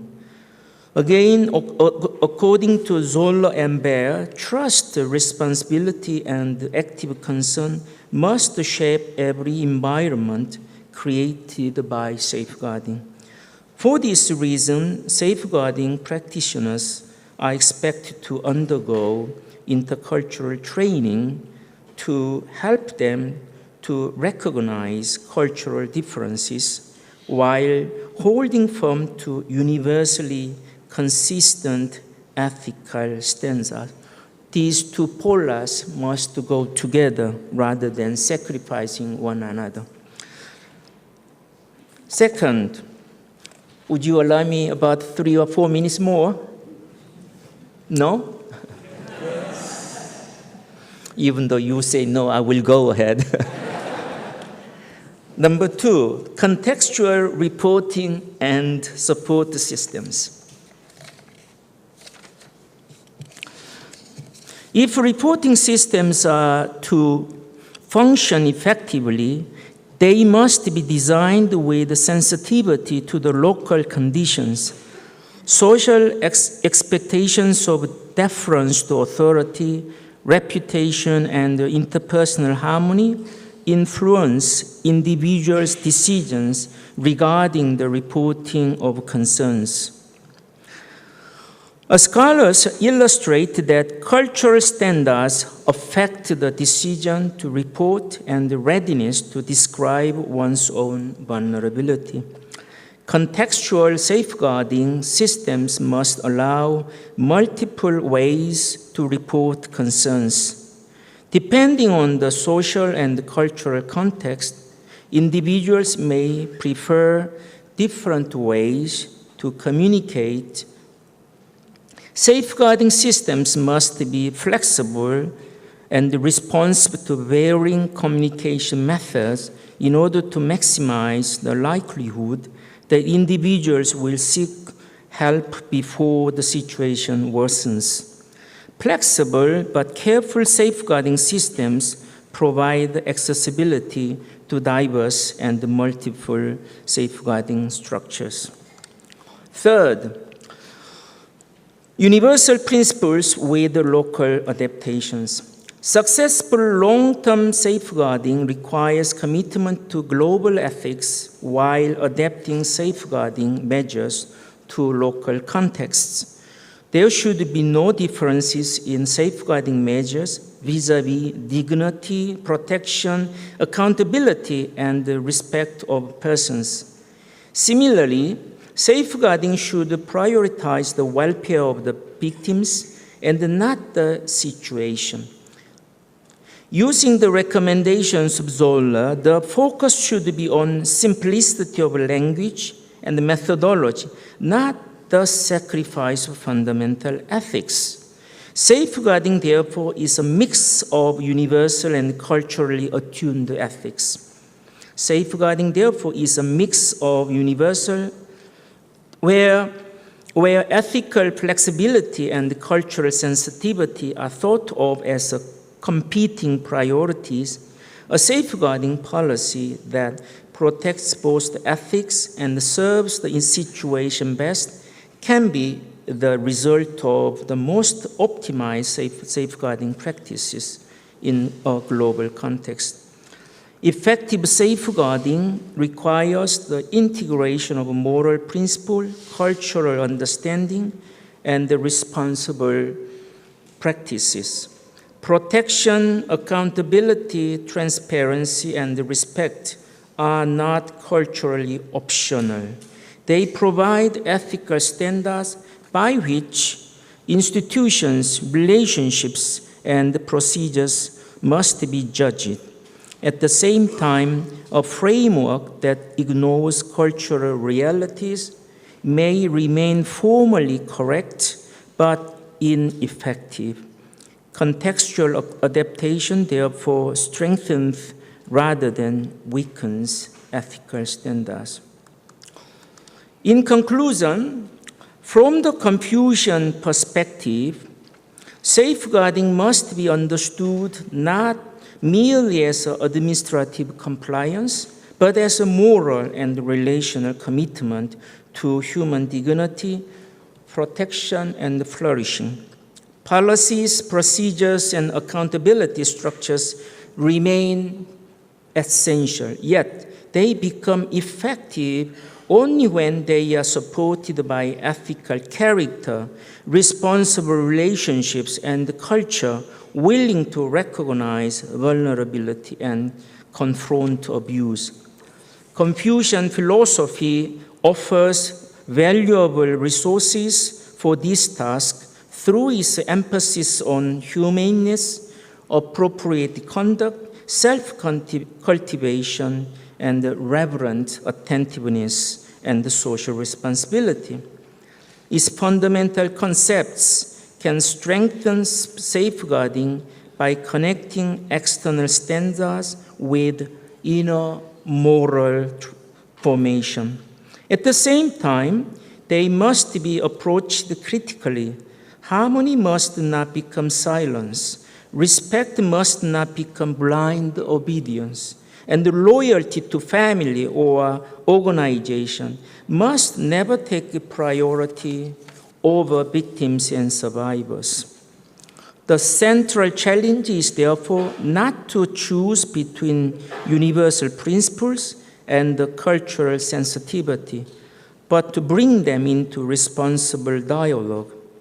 Universal commitments to dignity, justice, protection, and accountability must remain firm, while their practical implementation should be attentive to cultural, local context, patterns of authority, and forms of relationship.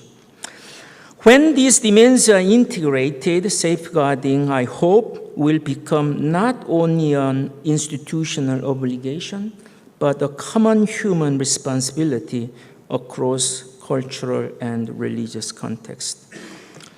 As you continue to, through this conference, discuss this matter of the safeguarding, may I invite you to carry these two questions so that you can reflect upon them individually. Probably you can carry them back to your own countries so that in your own community, in local context, you can discuss these two questions.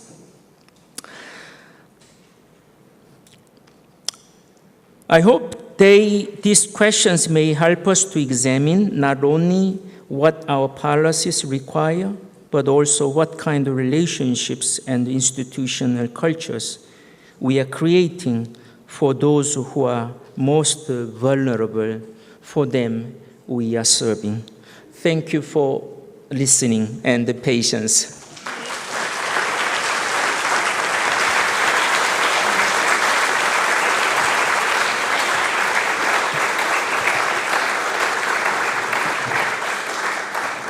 I have to pay the fine for you. Thank you very much, Father Benedict, for unfolding in front of us here the Confucian philosophy and also the values and how that impacts also our thinking, talking, and practice on safeguarding, either in the positive way or how it also can hinder, and that we need also intercultural training and communication in this area to become sensitive to cultural realities. Thank you so much. Okay, we will have now a break. It's 10:52, so we come back in 30 minutes. That means 11:22.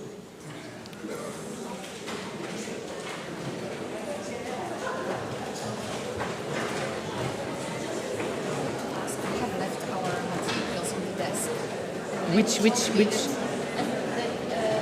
Everything that was yesterday cleaned, they left here in front. Oh, I don't know. So I don't know.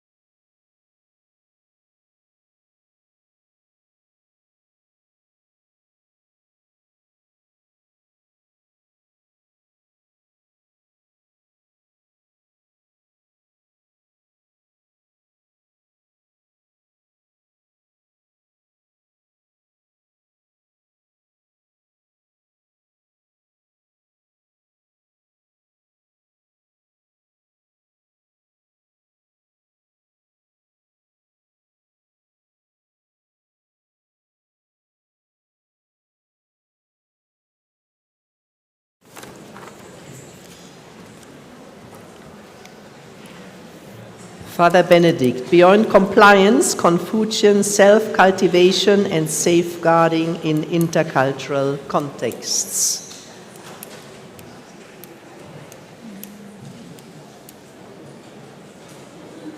And the mics will come. I see one hand up there. Do we have someone going with the mic? The mic, please. Okay.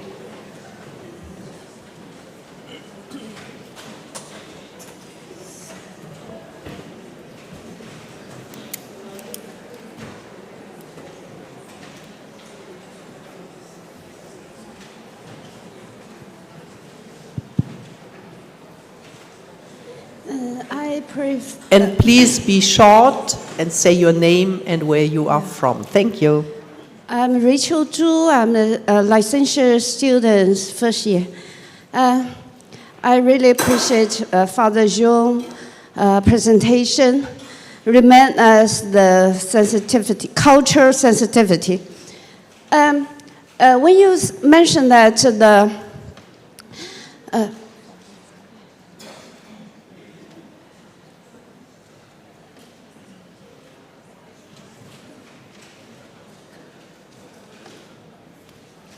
when you mentioned that the rural compliance is not enough, the Confucian culture ethics, and also those like benevolence, the self-culture, cognitive, and the care will be a good supplement to the rural compliance. However, from the culture, Confucian culture tradition, I feel that for us, the rural compliance is the biggest challenge.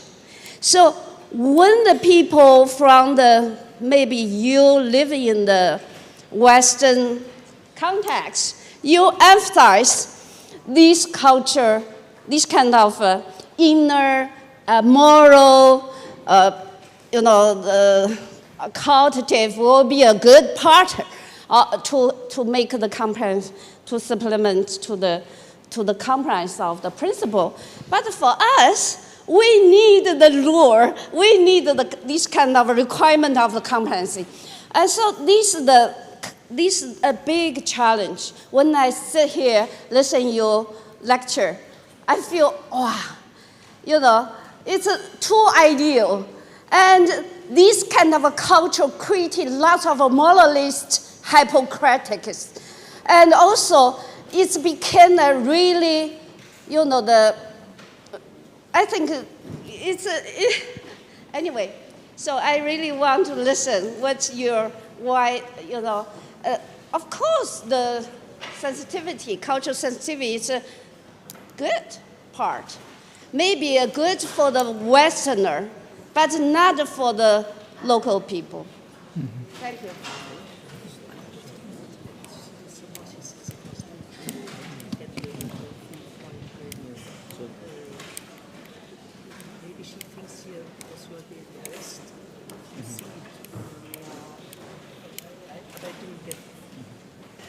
Sorry, may we ask again, because we didn't get the question exactly. Could you please precisely formulate your question?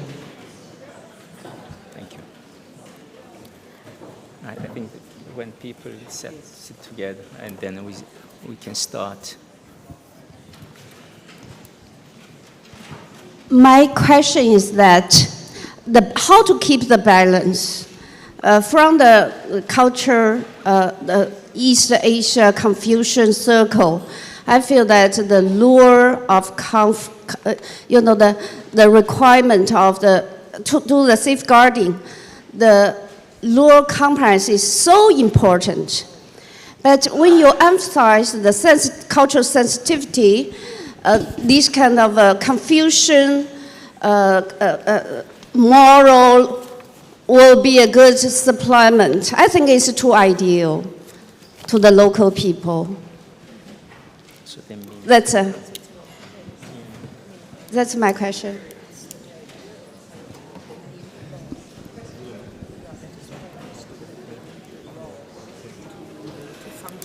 Okay, that this inner attitude It's seems too to idea. be too much. Yeah. That is what I understand. Thanks for the challenge. Well, if I understand your question or challenge in this way, I said I emphasize the contribution of the Confucianism is actually more, let's say, individualistic self-development and moral development, something like that. And she said that that is too ideal because I don't know where I'm from. Madam, may we ask you where you're from? Mainland China. Okay. Yeah. But I did not want to emphasize that, as I said during my comment or talk, I mean, we have two polars, okay? Two pillars, I have to say. That means we have to stick to the universal ethical principles, which is like the human dignity, accountability, and care for others, especially for the victims whatsoever. But at the same time, we have, in order to apply, in order to use that kind of the universal philosophical, ethical principles, we have to be locally sensitive to how to utilize, how to implement those universal ethical principles. I did not say that we have to get rid of this universal thing, right? Which means I think we need two things. We need law, we need rules, we need some norms, because laws and norms and rules make some kind of stability or structure. Without it, I think our own way of self-development or some kind of spirituality, something like that, does not have any reference point. So therefore, I would say that we have to stick to our fundamental, universal, philosophical, ethical principles. We should keep them. At the same time, we have to keep the advantages of the law, rules, and the structure. Without them, I think we don't have any specific direction. We don't have a specific structure with which we can build this safeguarding structure. However, what I felt that we were probably too much focusing on structures. Therefore, we do lose sight of our human and individual contribution to this safeguarding thing. That's what I wanted to say, okay? So I really I did not want to say we get rid of these rules and no, definitely not. There should be, but however, how to utilize, how to make most of these already established universal ethical norms and structure where we have to, let's say, we do not replace them with our individual human development. We have, as you said, we have to complement those two aspects. That's what I wanted to say. Is it okay, my answer? Thank you very much, Father Benedict. I see here a hand.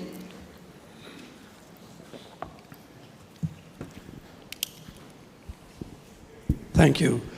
I think that was a very powerful talk on Confucianism and how it links into safeguarding, how you linked the two, that very ancient mystical tradition powerfully impacting our modern safeguarding issues.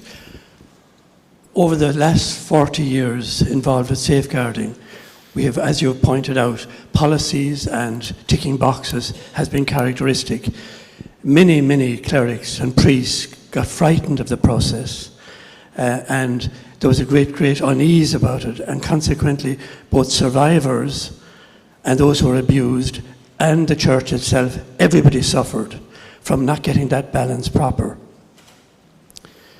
But when I listen to you, one of the strongest impressions I have is, as Catholics, as people following Christ, the embodiment of Christian New Testament values in what you talked about was shining out of it. What we in our small Carmelite Centre for Spirituality in Oxford, Father Zellner's shifted safeguarding from that kind of doctrinaire approach and very policing report. He brought spirituality into it. And that's why we're here. We believe that the mystical tradition of the Catholic Church brings with it the basic outlook from which all formation and all safeguarding should take place. Psychosexual development in the seminaries we talked about earlier is an outstanding contribution to seminary life, and I've worked in formation for 40 years. But what's lacking, and we need to really embody it as Catholics here, is prayer. Mm-hmm. Prayer is the place in which we need to move it out of its conditioned background in formalities, lack of true discipleship. I think there needs to be some serious studies on placing prayer and the mystical tradition at the center of safeguarding. Mm-hmm. Because that will bring into our safeguarding the manner in which we approach our personal lives, embodying the values of Confucius that you talked about, is exactly what Christ does for us. Mm-hmm. And therefore, spirituality has to be accompanied with, alongside the formative model of Confucius we've talked about. Mm-hmm. But my principal reason for being here is that I believe that if seminary life, formation of priests, formation of all the laity and baptized, if we don't take it out of its judgmental place, if prayer isn't a place of recovering who we are, mm-hmm. if it isn't a place of freedom and transparency, mm-hmm. and prayer sometimes becomes sanctimonious and judgmental, and safeguarding can be a method of bringing us into a new formative model, specifically unashamedly prayerful, based on our serious Christian traditions, and that as part of safeguarding. That will be a very powerful way for us forward.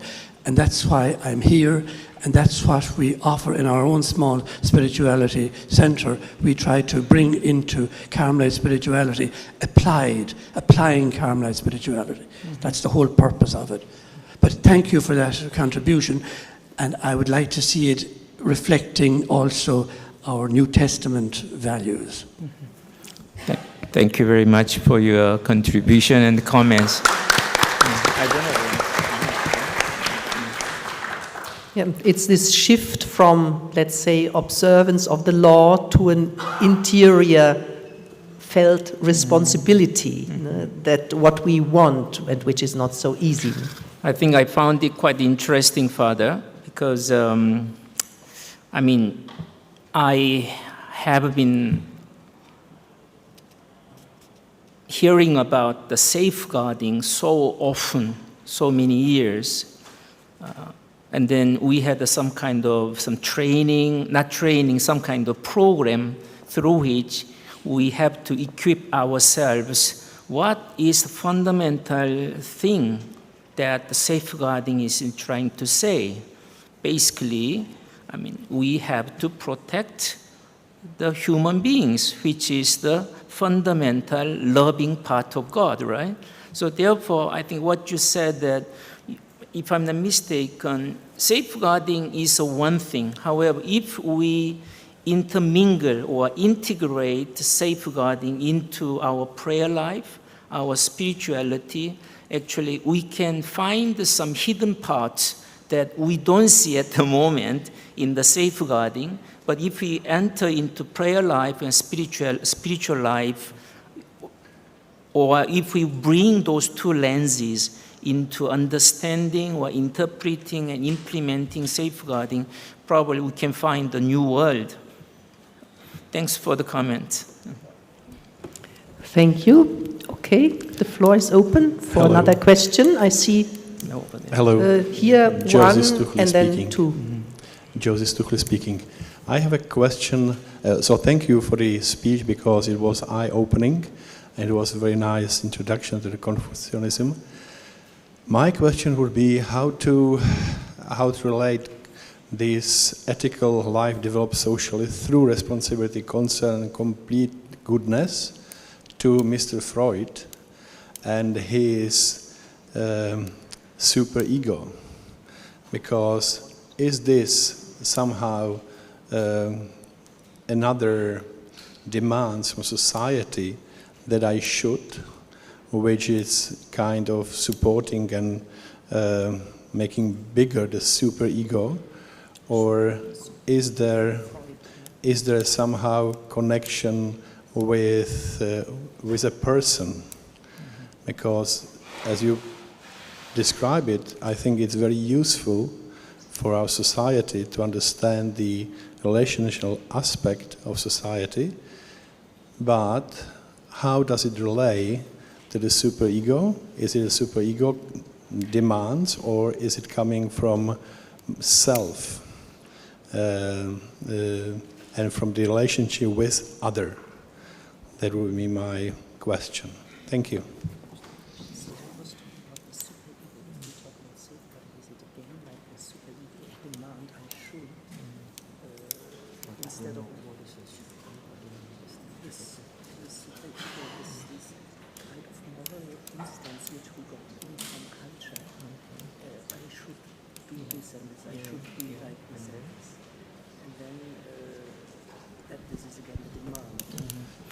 Well, Father, first of all, I'm not familiar with this phrase superego.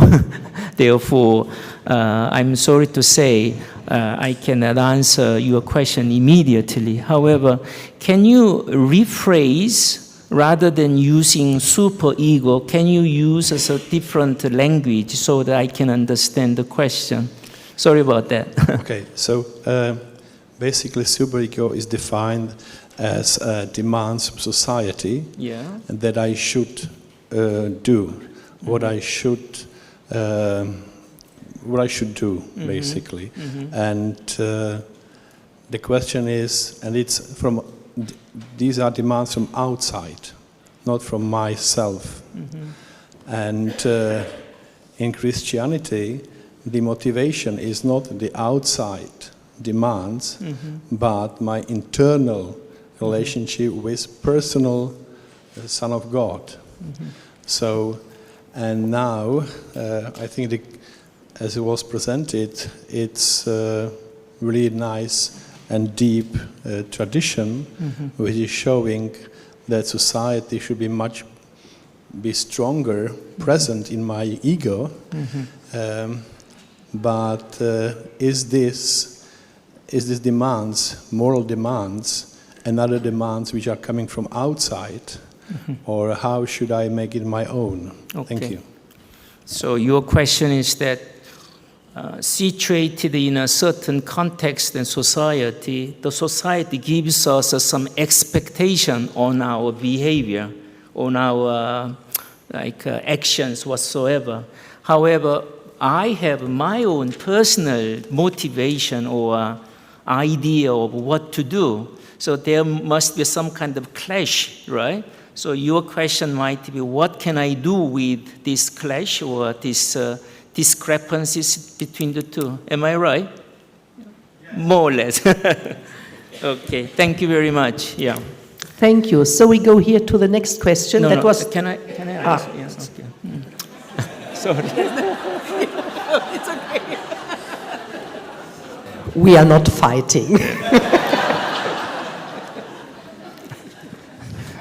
Sister Miriam is in a hurry because she must be very hungry. He's still answering the phone. Don't worry, the plate is full.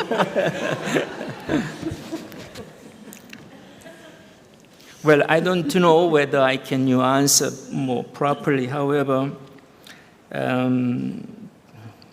again, this is a kind of our human dichotomy, which means there is a social expectation and also cultural expectation and also my own expectation, hope.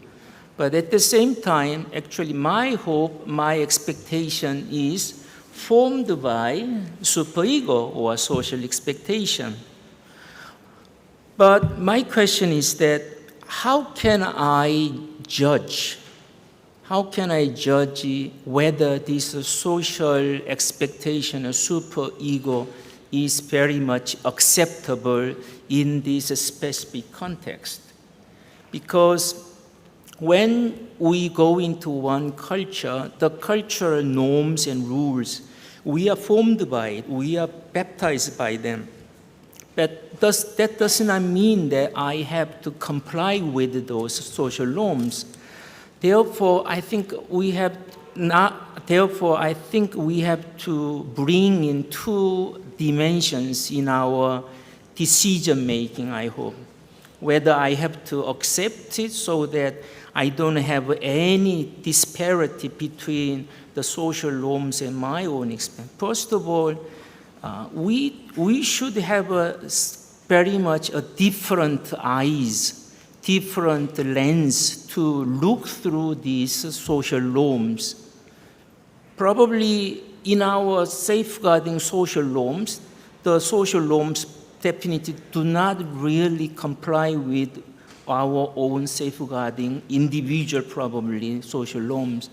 So therefore, first of all, I think this might be what Jesus said, our conversion experience.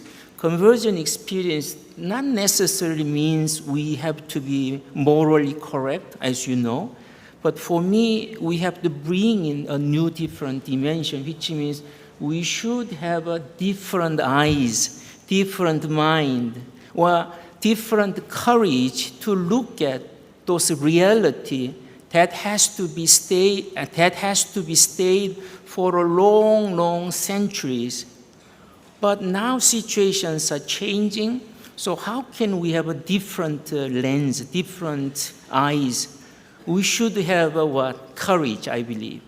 Second dimension is, I would say, we should have a more discerning mind and hearts. You know? Discernment is not just to choose good and bad. No, I don't think so. Discernment is attune our minds and heart to the will of God. That's it. Therefore, discernment does not necessarily mean that we feel comfortable always. No. Most probably, the will of God is different from that of ours, right? That makes us uncomfortable. Therefore, I think if we know the, let's say, movement of the Spirit that leads us to the will of God, I think we can have the discerning heart and mind so that even though there is the social norms or superego, we can have a courage, hold on, let's talk, stop it. And then if we have some kind of disagreement, but however, we can continue to discuss so that we can work together. I think that might be the kind of general attitude we should build up. That's what I want to say. Thank you, Father Benedict, for the further explanation. Okay, we take the last question that was here. Thank you. My name is Mar Muñoz Visoso. I worked in the United States. And my expertise is not so much in safeguarding, it's more in intercultural competence in ministry, promoting intercultural competence. And I have kind of a double question for Father Benedict because my question would be for you, how would you recommend that churches in Western societies, pastors, bishops, learn more about the approach of culturally sensitive approaches to safeguarding or ministry? Because I have found often that it is difficult for even bishops sometimes to understand that culturally sensitive pastoral care takes from speaking and working with the people in the language they can understand, with the values that they have been brought up. And they bring those with them to countries like the United States. But often we find a little bit of rejection for a mix of, it's kind of the wrong theology, it's kind of the wrong approach. And we're so used to look at things from the Western mentality and not valuing, traditional Eastern values, and cultures. And so that's one. But the other one is, how can we, in that particular context of communities that have come from more communitarian dimensions and perhaps with some Confucian or Muslim, backgrounds, and that operate in a westernized society, how can we work with them in a way that we also help them value what they bring with them, and that they have, as you explained, some of the tools within their own cultural background to work in areas like safeguarding. And I want to say that I really appreciated your presentation, particularly your SWOT analysis, because I think it's not naive, it's not presenting an ideal, but it's actually coming at it, from the strength, but also the weaknesses that we need to keep in mind. So thank you very much for your presentation. Thanks for the question. I will answer two questions probably at the same time. I wanted to compartmentalize my answers in two parts. Okay. First of all,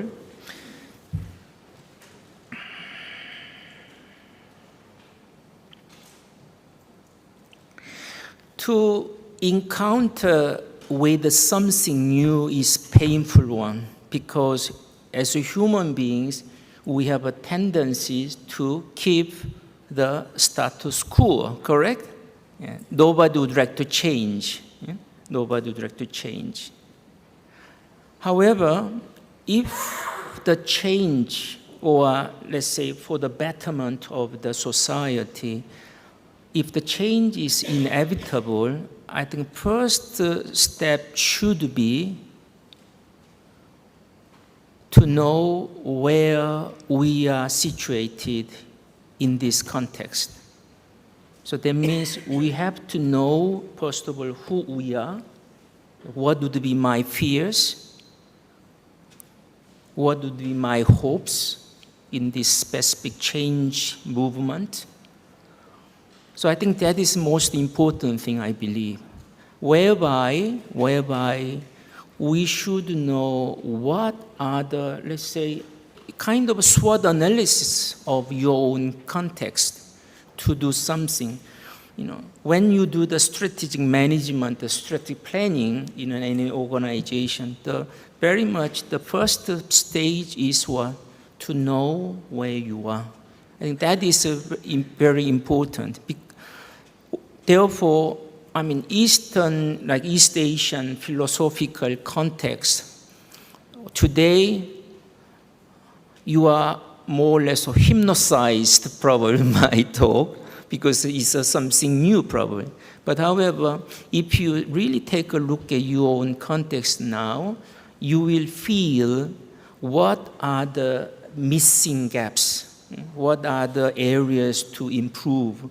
So therefore, I would like to emphasize, in the first stage, we have to know where we are, your situation, who you are, who the bishops are, what are the bishops' fear or hope, something like that.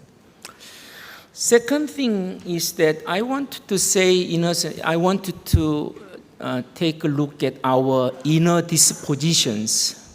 inner dispositions.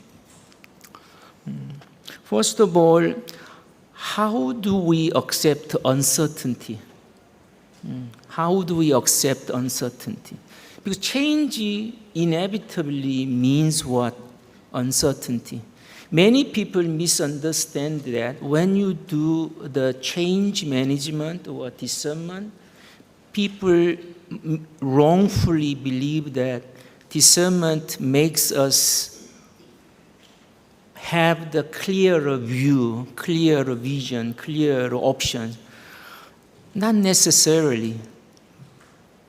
Discernment is what? The courage to accept the uncertainty. We are moving into uncertain arena, uncertain desert. Because, like today's gospel, the message of God or the presence of God is not easily detected.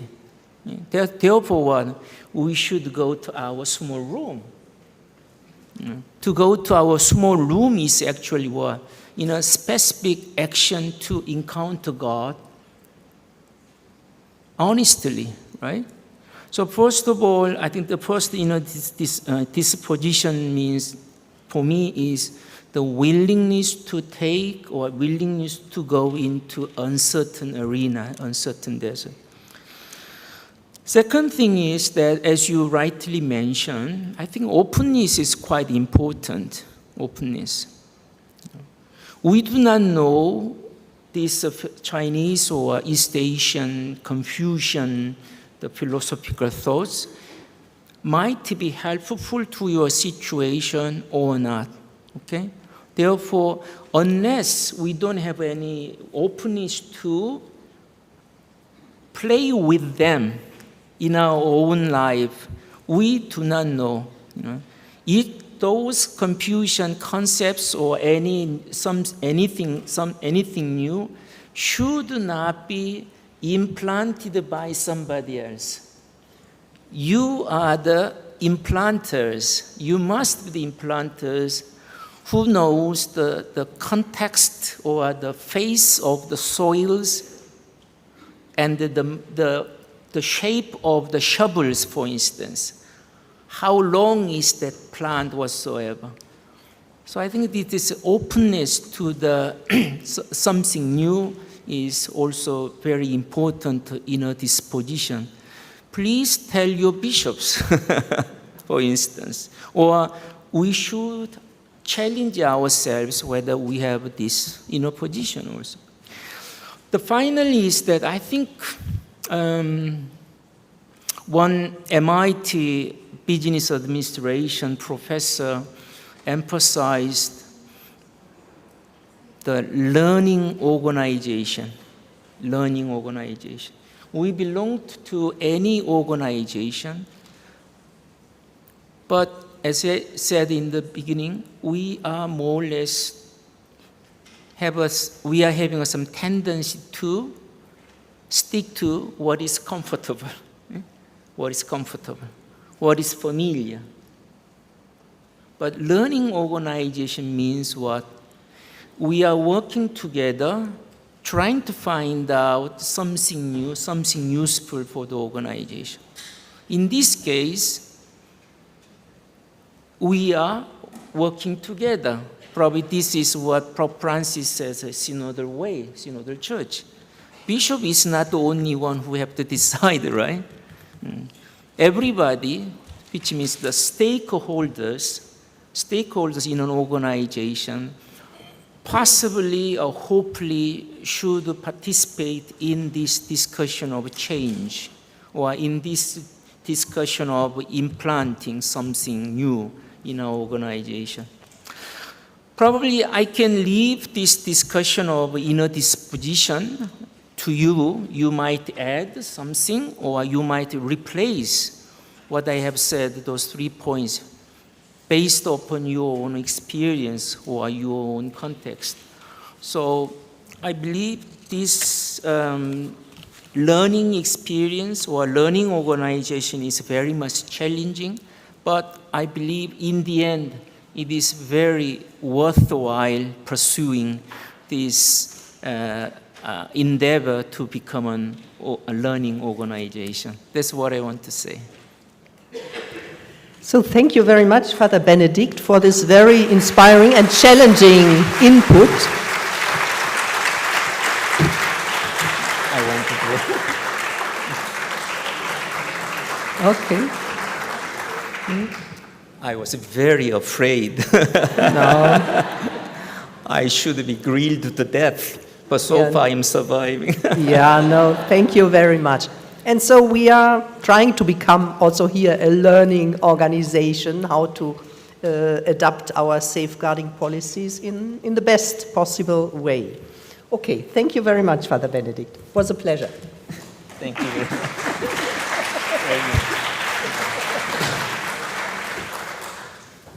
Okay, now we come to Tina Campbell and Teresa Sanyatwil, impressions from the preparatory phase working groups.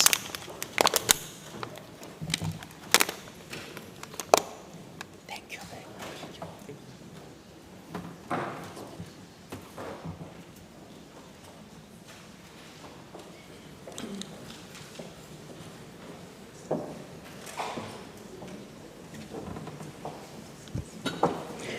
Good afternoon, everyone. I realize we are up against the clock, so we will try and do our best. Okay, so we're back already now with yet another word that we don't seem to manage very well in safeguarding. We're talking about accountability, awareness of one's own culture, factors and typical expressions influencing my ideas of safeguarding. I'm using the word my, I don't mean they're my ideas, okay.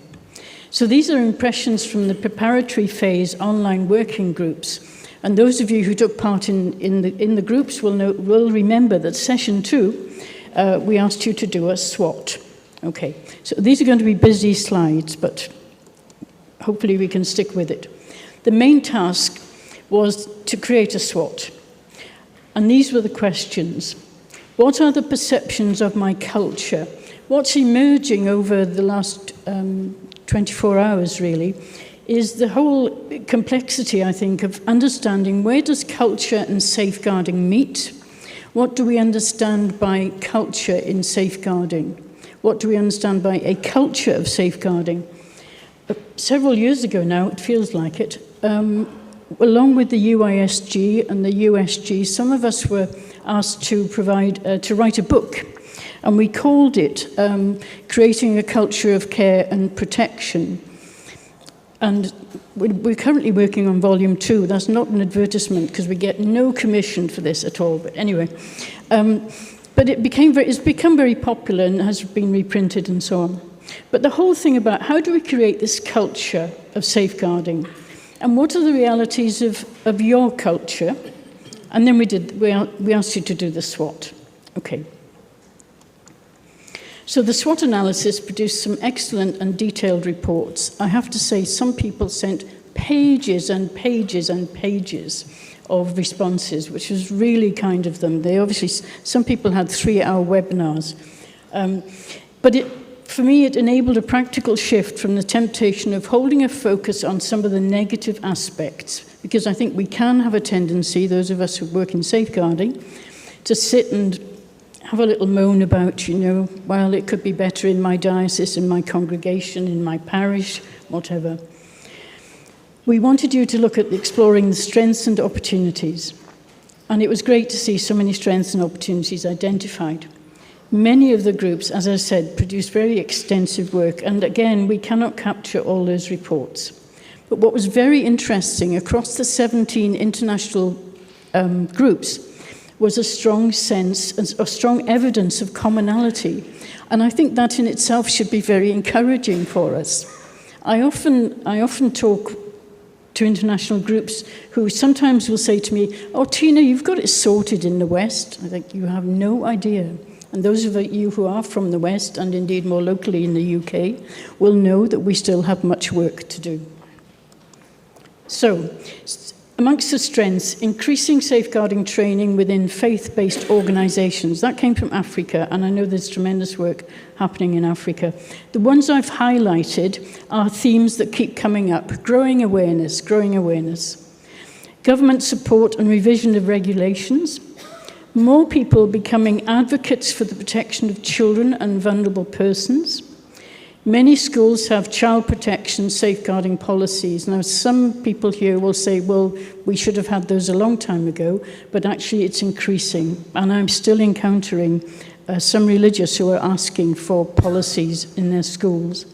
Social media and online platforms have helped spread awareness. The role of women, that was from Eastern Europe. Open communication regarding sexuality and healthy relationships. That came from Australia. And they are here, not the whole of Australia, but the Australian delegates are here somewhere. And that was good because nobody else mentioned that. Very interesting. And I think that's very significant.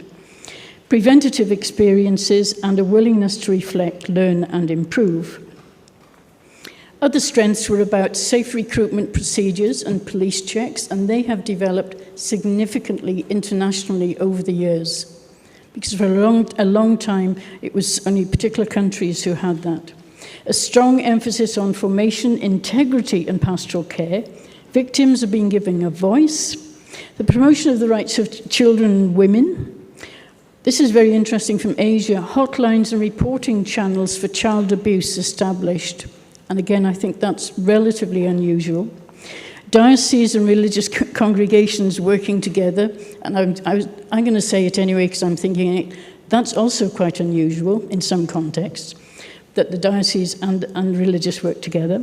A shift from reacting to prevention, and that's been a really important move. Some of the weaknesses, the culture of shame, victim blaming, and clericalism. An uneven coverage across the country. And that has an impact for not just in Dominican Republic, but for victims internationally. An over-reliance on trust without sufficient accountability. Victims who come forward still encounter insensitive responses. I think that's a fairly international complaint. I know that came from one of the USA reports. Difficulties in welcoming victims. A legal process which is complex and expensive for victims and their families. Many of you talked about how prolonged the process is, how prolonged it is. Gaps in formation and reporting processes. And this was a very interesting one from Eastern Europe. A lack of support for clergy and religious who have problems, whilst more care is being given to perpetrators of abuse. That was a very interesting comment.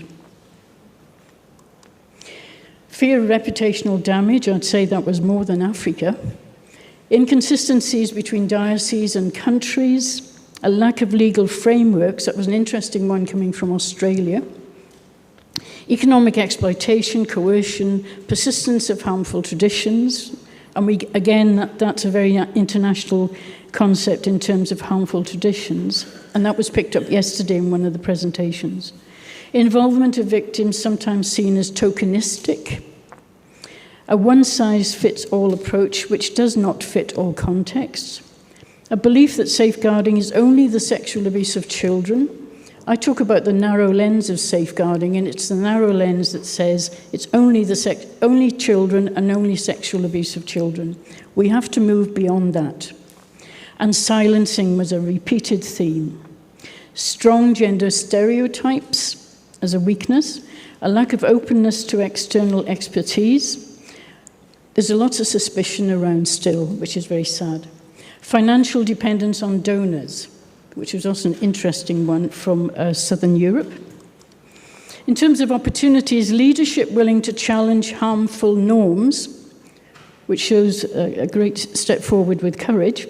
An expansion of research. I keep coming up with all sorts of ideas I think we need to do more research on, but there are all sorts of areas of research. And again, as we saw this morning from the PhD students, graduates, shared responsibility for child safety and well-being, a legal protection system in place, continuous training for key stakeholders. I think that's getting better, but again, it's not consistent.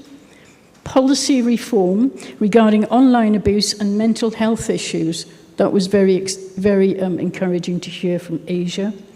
Contextual coordinated practice, and then opportunities to model best practice across the Catholic Church in New Zealand.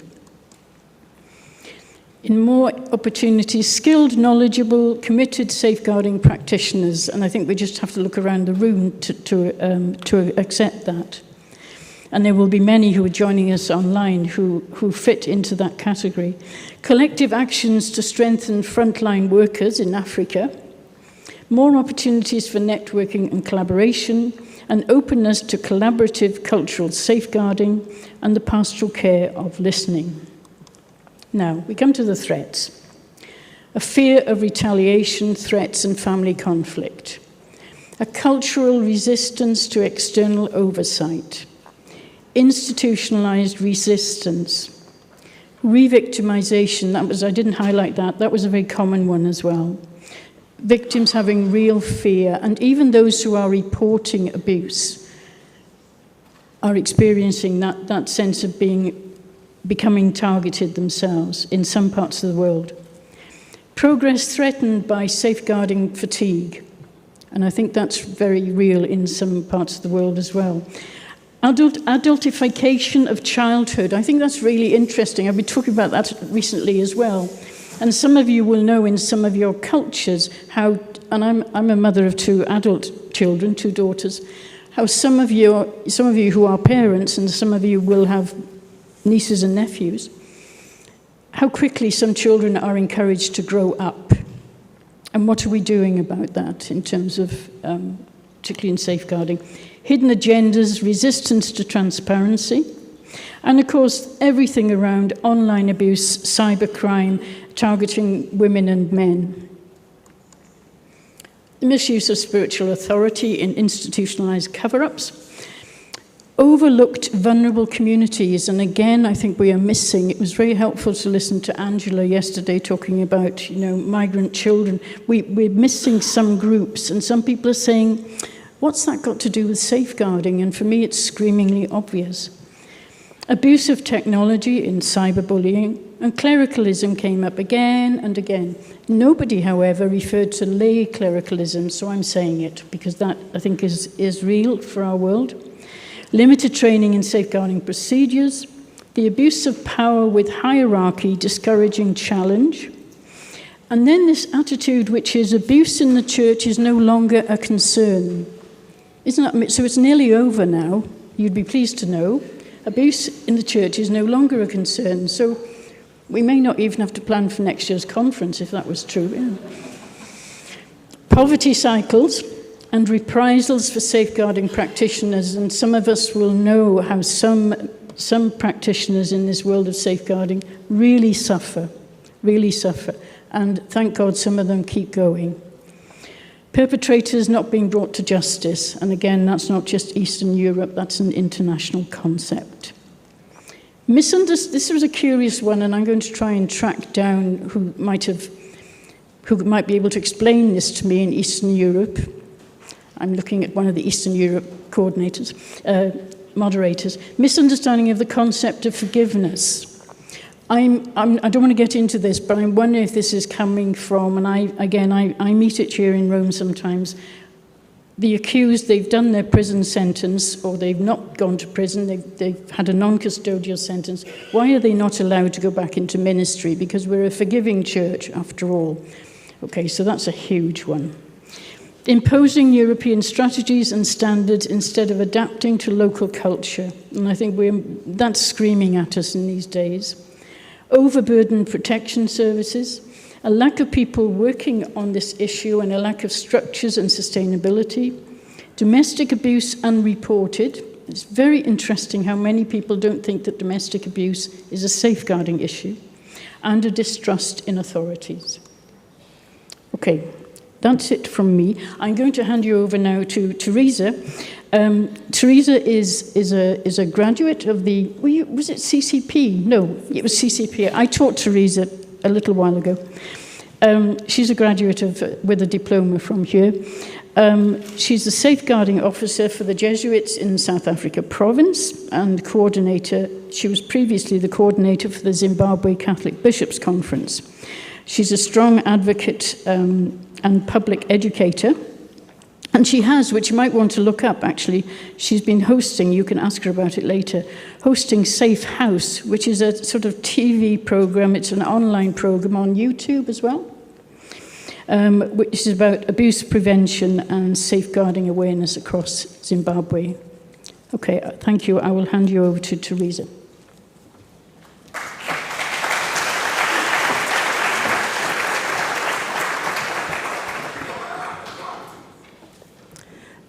Thank you for your kind introductions. Good afternoon.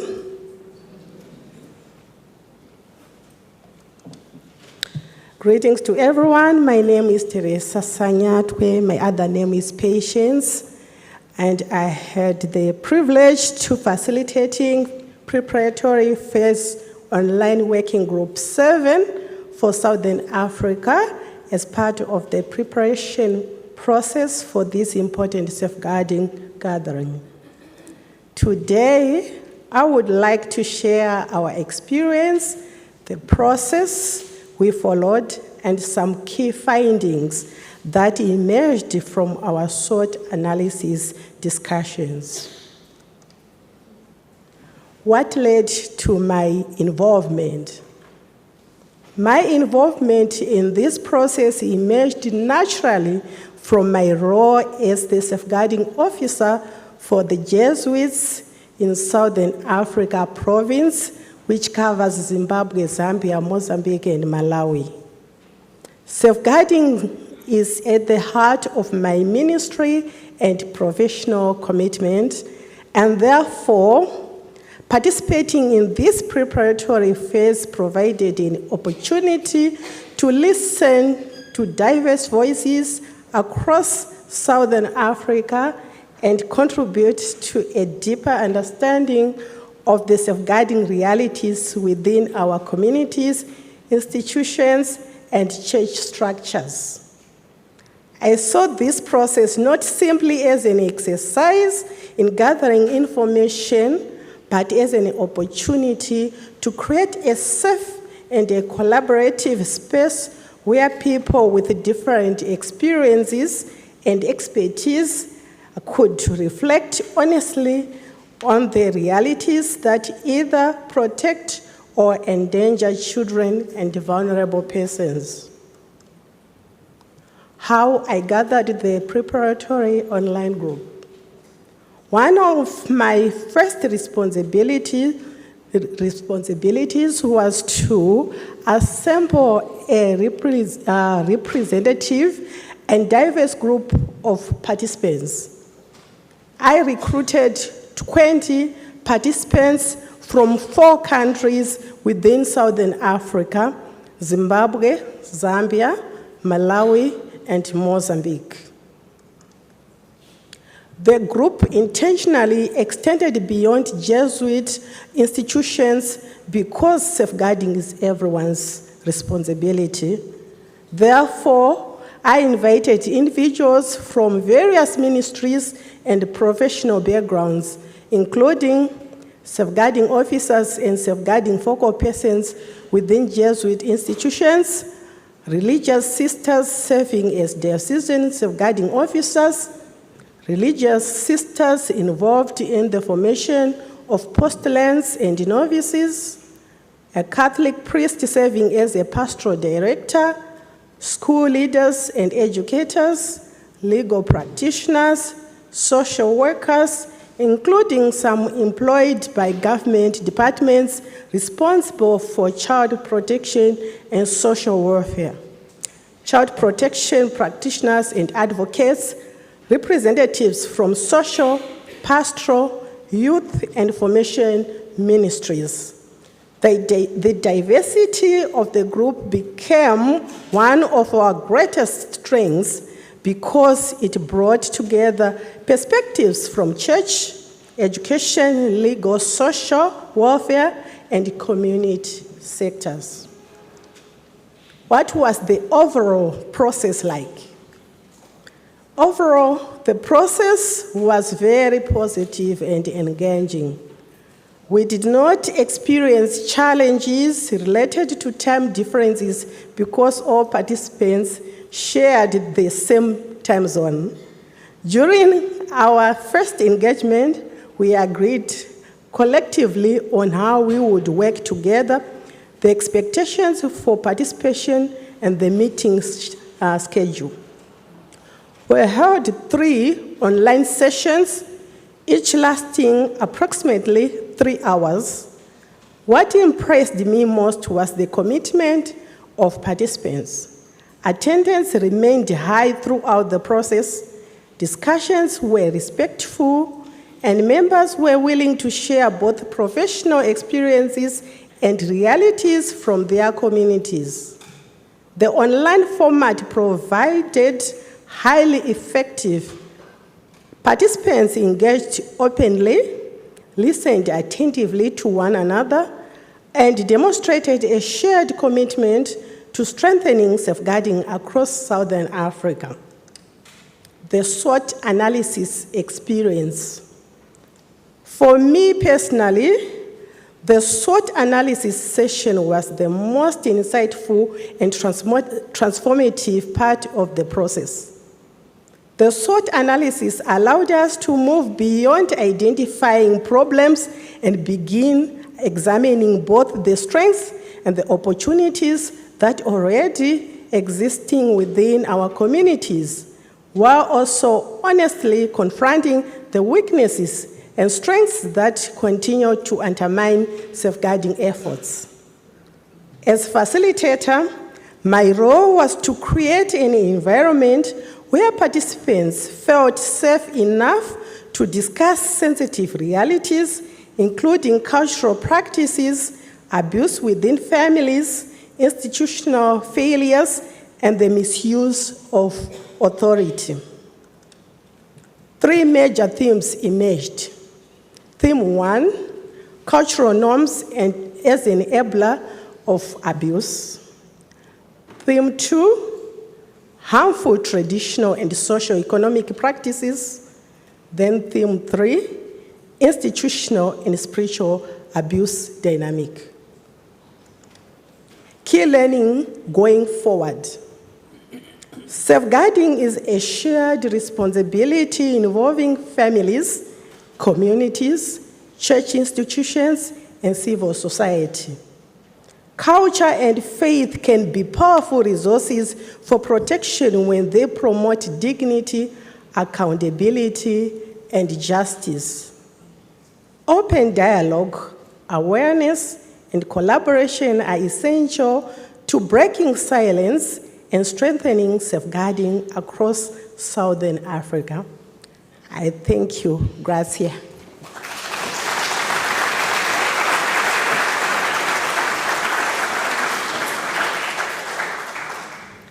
Thank you very much, Tina and Teresa, for letting us know what happened in the working groups and especially also in the Southern African working group.